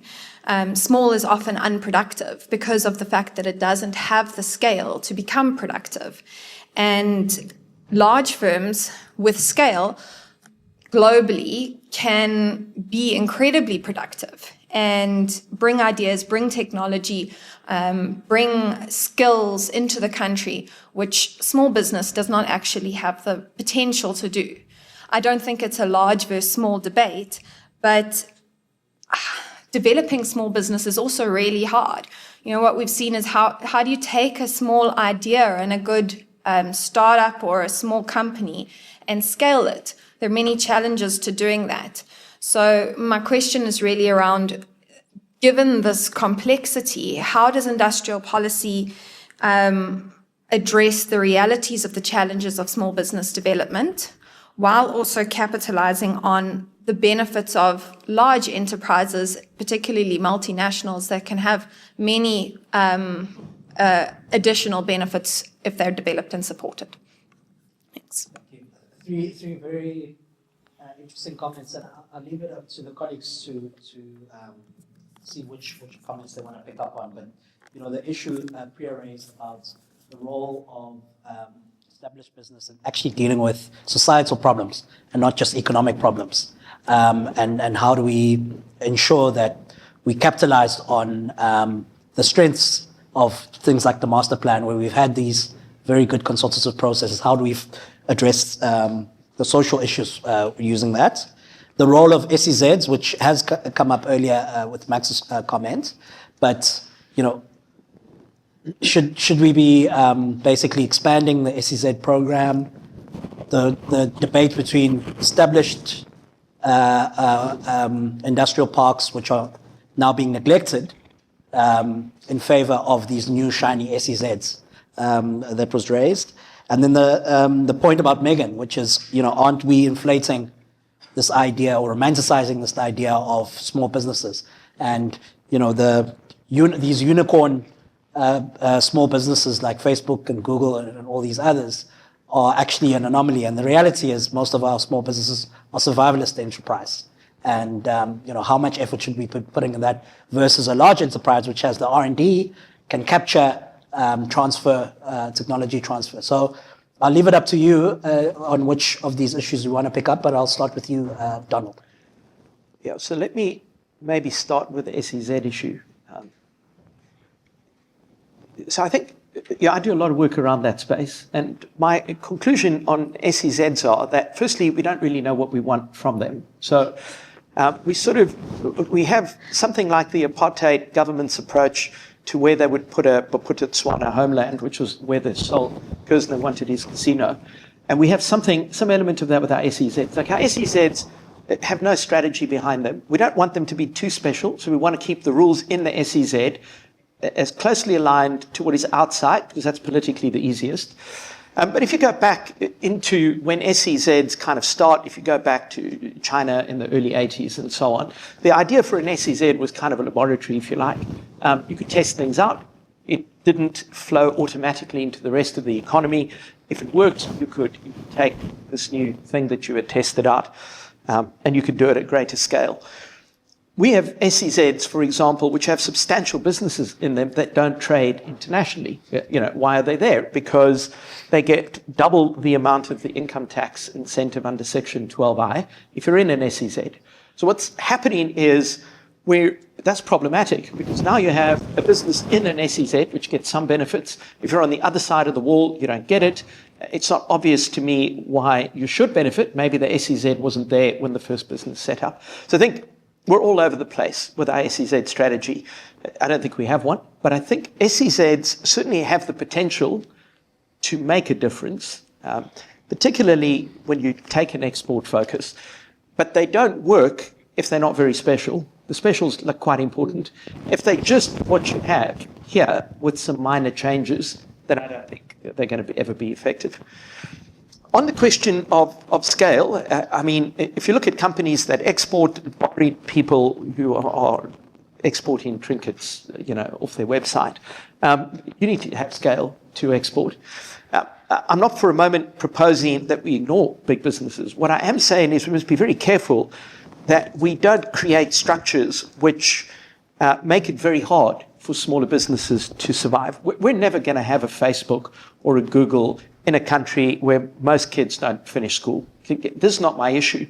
The problem is just you can't be in a position where you can't get a business to work because it's fundamental that you have electricity, for example, at an affordable price. If you don't, it's not only big companies that struggle, everyone struggles. So if you have a crime problem, if people keep stealing the copper cable in the area, then the small guy is going to take far more pain than the big company who can afford to put up a solar farm or whatever else it might be. So I guess it really comes back to the earlier point I had made. The penalties paid by the whole country when those supply side measures don't work. But bigger companies have a much greater ability to ride that out because you have a balance sheet and you can just afford to lose money for longer before you go under. Whereas small businesses are so much more sensitive to a functional business environment. That's kind of my comment. Thanks. Neva? Yeah, I mean, I agree with you. The thing about SEZs is where they have worked, there's been a huge difference. They've been able to set up an enclave that addresses whatever the problems are in the rest of the economy. And part of our problem is, we complain about our infrastructure, but compared to, say, Vietnam, we're fabulous. I remember going to an SEZ in Vietnam, and their big selling point was they had decent housing for managers and the golf course. And here where the infrastructure is spread out around, and in China, they were getting rid of a state socialist economy. So they could make very, very big differences in the regulatory framework. And so the question for me is, do we want to set up those enclaves? Now with the electricity story and so on, it might make sense. Yeah.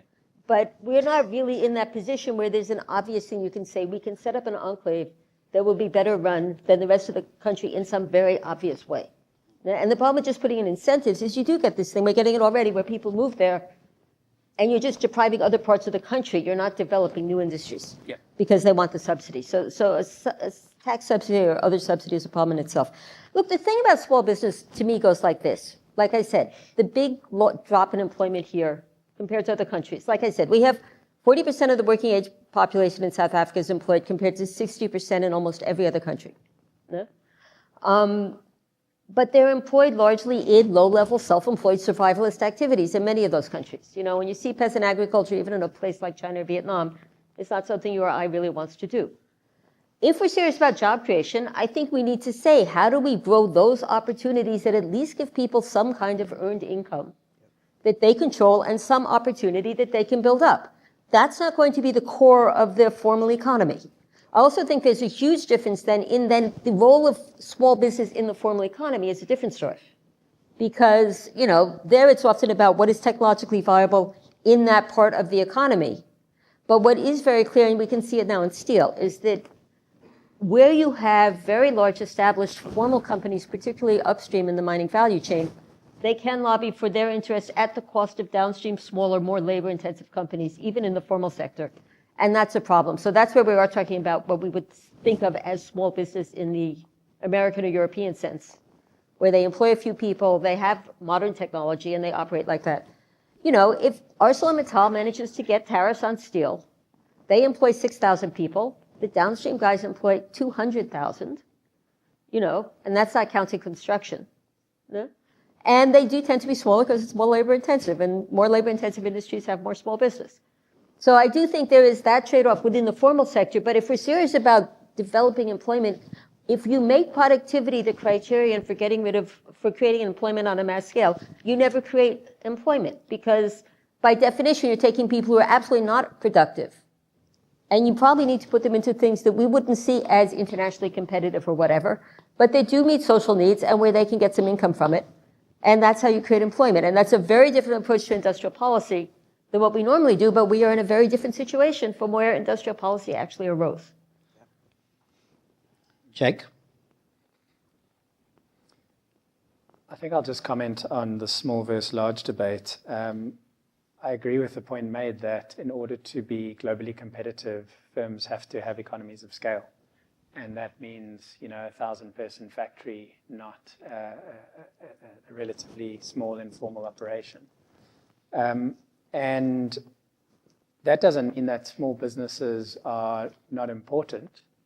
They do provide survivalist income. Formal economy is incredibly important for that reason. But they're also important because small businesses are important because they can become big businesses. But that's where their main potential lies. And those small businesses feed off big businesses. And so my view is that trade and industrial policy should actually focus disproportionately on attracting multinational corporations to South Africa. Because if we do that, then we get the technology transfer, we get the international standards which need to be met to be globally competitive, we get the opportunity to build local value chains, tier 1, tier 2, tier 3 suppliers, etc. And that is a really advantageous ecosystem for small business to operate in. So my view is that the small business argument is often somewhat vague and overly romanticized. I don't think that that's going to lead South Africa to growth. I think it has an important role to play, but we should be focusing on actually attracting investment from large established companies. Thank you very much. We are looking now to wrap up our session. And the way in which I would ask each of my panelists to give some very brief closing remarks is to comment on one issue that's come up from this debate or discussion that has potentially either given you pause or perhaps convinced you of a position that you didn't hold before coming to this discussion. Should I give you a second to think about it, or are you ready to jump in? Neva, do you want to start? I was about to say, as long as somebody else starts, I'm fine. Okay, Donald? Well, I think the area of mutual agreement might be a good starting point, which is we're going to struggle, no matter what our policy is, if we don't address the big supply side failings in the economy. And I think, I don't think these are unfixable, but the problem is they're not easy to fix quickly, which is the bigger issue. And so politically, that's difficult because political cycles are short. Many of these infrastructural problems, for example, are very long, or education. I guess I thought we'd all be further apart at the start of the session than where we ended. So perhaps my comment is, I don't think the three of us are really that far separated as I'd anticipated. Neva, are you ready? Yeah. To respond? What really to me came out of this was the extent to which we, as economists, were trained not to think about the political economy, so we put forward what is technically the best solution, and then it doesn't happen. And then we sit there and get annoyed, as opposed to, and this is where the theory of the second best also comes in, right? That we need to start saying, okay, given this absolute tension between an economy that doesn't serve the majority very well and a democracy where those people have a voice, we need to say, how do we come up with processes that will generate good policy that can also be implemented politically, and not just say, those politicians are hopeless. But what is a strategy that would work? Yeah? So what can we give to the majority to get them to tolerate, support for big foreign investment? How do we ensure that we're not just keep saying to them, be patient, it will trickle down? Because we said that 30 years ago, and people were patient for like 20 years, and then they burned down half of Durban, I understand. If you see what I mean. So I do think we really need to think through, as economists, what do you need to build a coalition to make that policy viable? At least the core of it. Yeah? And then we might get further with some of these very good ideas we all have that we agree on. Jake, Reserve. I think that South Africa is between a rock and a hard place. On the one hand, we can, on the one side, we can give up some affordability in favor of import protection. It's really in favor of import protection, which will lead to a better future, in theory. it's a really difficult environment in which to give up affordability. But on the other hand, we have the choice to give up industrialization and a prosperous future in exchange for affordability today. And if you travel around Africa to many countries which have gone for affordability today through, we can import second-hand cars, etc. We have no duties. It's not a good place to be. And I think we've focused a lot on, as is natural, because hindsight is a wonderful thing, we focused a lot on poking holes in the current policy and regulatory regime. The problem is that pointing out a rock on your left doesn't remove the hard place on your right. And I think our work is to understand actually, what is the alternative. I mean, Neva's sort of started to head us in that direction. I think that the conversation amongst us and amongst everyone becomes a lot less clear when we start talking about the alternative. We start talking about vaguer concepts. The opportunity cost, the second best, or? Yeah, but I don't think we're even that clear on, the steps that need to, the specific steps that need to take place. And so I think that we have actually probably converged on many of the warts that our current system has. I think the big question that we should be taking away from this conversation, and hopefully everyone else, is what is the alternative? Because I don't think that that is as clear as it should be right now. Thanks, Jake. And I think this is an excellent point to segue into what I wanted to say, which is there is a further opportunity in the African Trade and Industrialization Executive Short Course that's being offered by TWIMS later this year to further refine and define some of these discussions, because these are the engagements that I facilitate, that particular Executive Short Course, issues around trade policy, issues around industrial policy, but also what I challenge, which is I'm hoping that you will think about, is the role of Africa. I think Donald started to speak about it, or the rest of Africa, in this discussion, and how can we use that as a means of diversification, as a means of resilience against these global headwinds that we're facing. So suffice it to say, if you want to continue the discussion, please look on the website and apply for the Executive Short Course. But other than that, thank you very much to our three panelists. Excellent insights, and I wouldn't do justice to try and summarize it all in one sentence, but I think some of your positions are very clear, and you've given us some clear direction in where we need to head in terms of addressing these issues. As a last punt for TWIMS is to thank all of you, the audience, for coming to this discussion, and to talk about the fact that we do have an upcoming breakfast seminar on the 5th of March, 2025, from 8 o'clock until 10 o'clock. And it's going to expand further on one of the closing discussions we've had around small businesses, because we are launching a book by Dr. Stephen Zwane and Yamkela Khoza, who have focused on the rise of township businesses in South Africa. And so it's an opportunity for us to delve deeper into the challenges and opportunities for small businesses, but particularly small businesses in the townships. So please join us on that breakfast seminar as well. Other than that, thank you very much. I'm sure there will still be some refreshments for us in the foyer for us to enjoy, and an opportunity for you to engage with the speakers. We do have some gifts for the speakers in some blue envelopes. Would you like to hand them over? So thank you. Please, a round of applause to Jake. Thank you for having me. Dr. Neva Makhetla.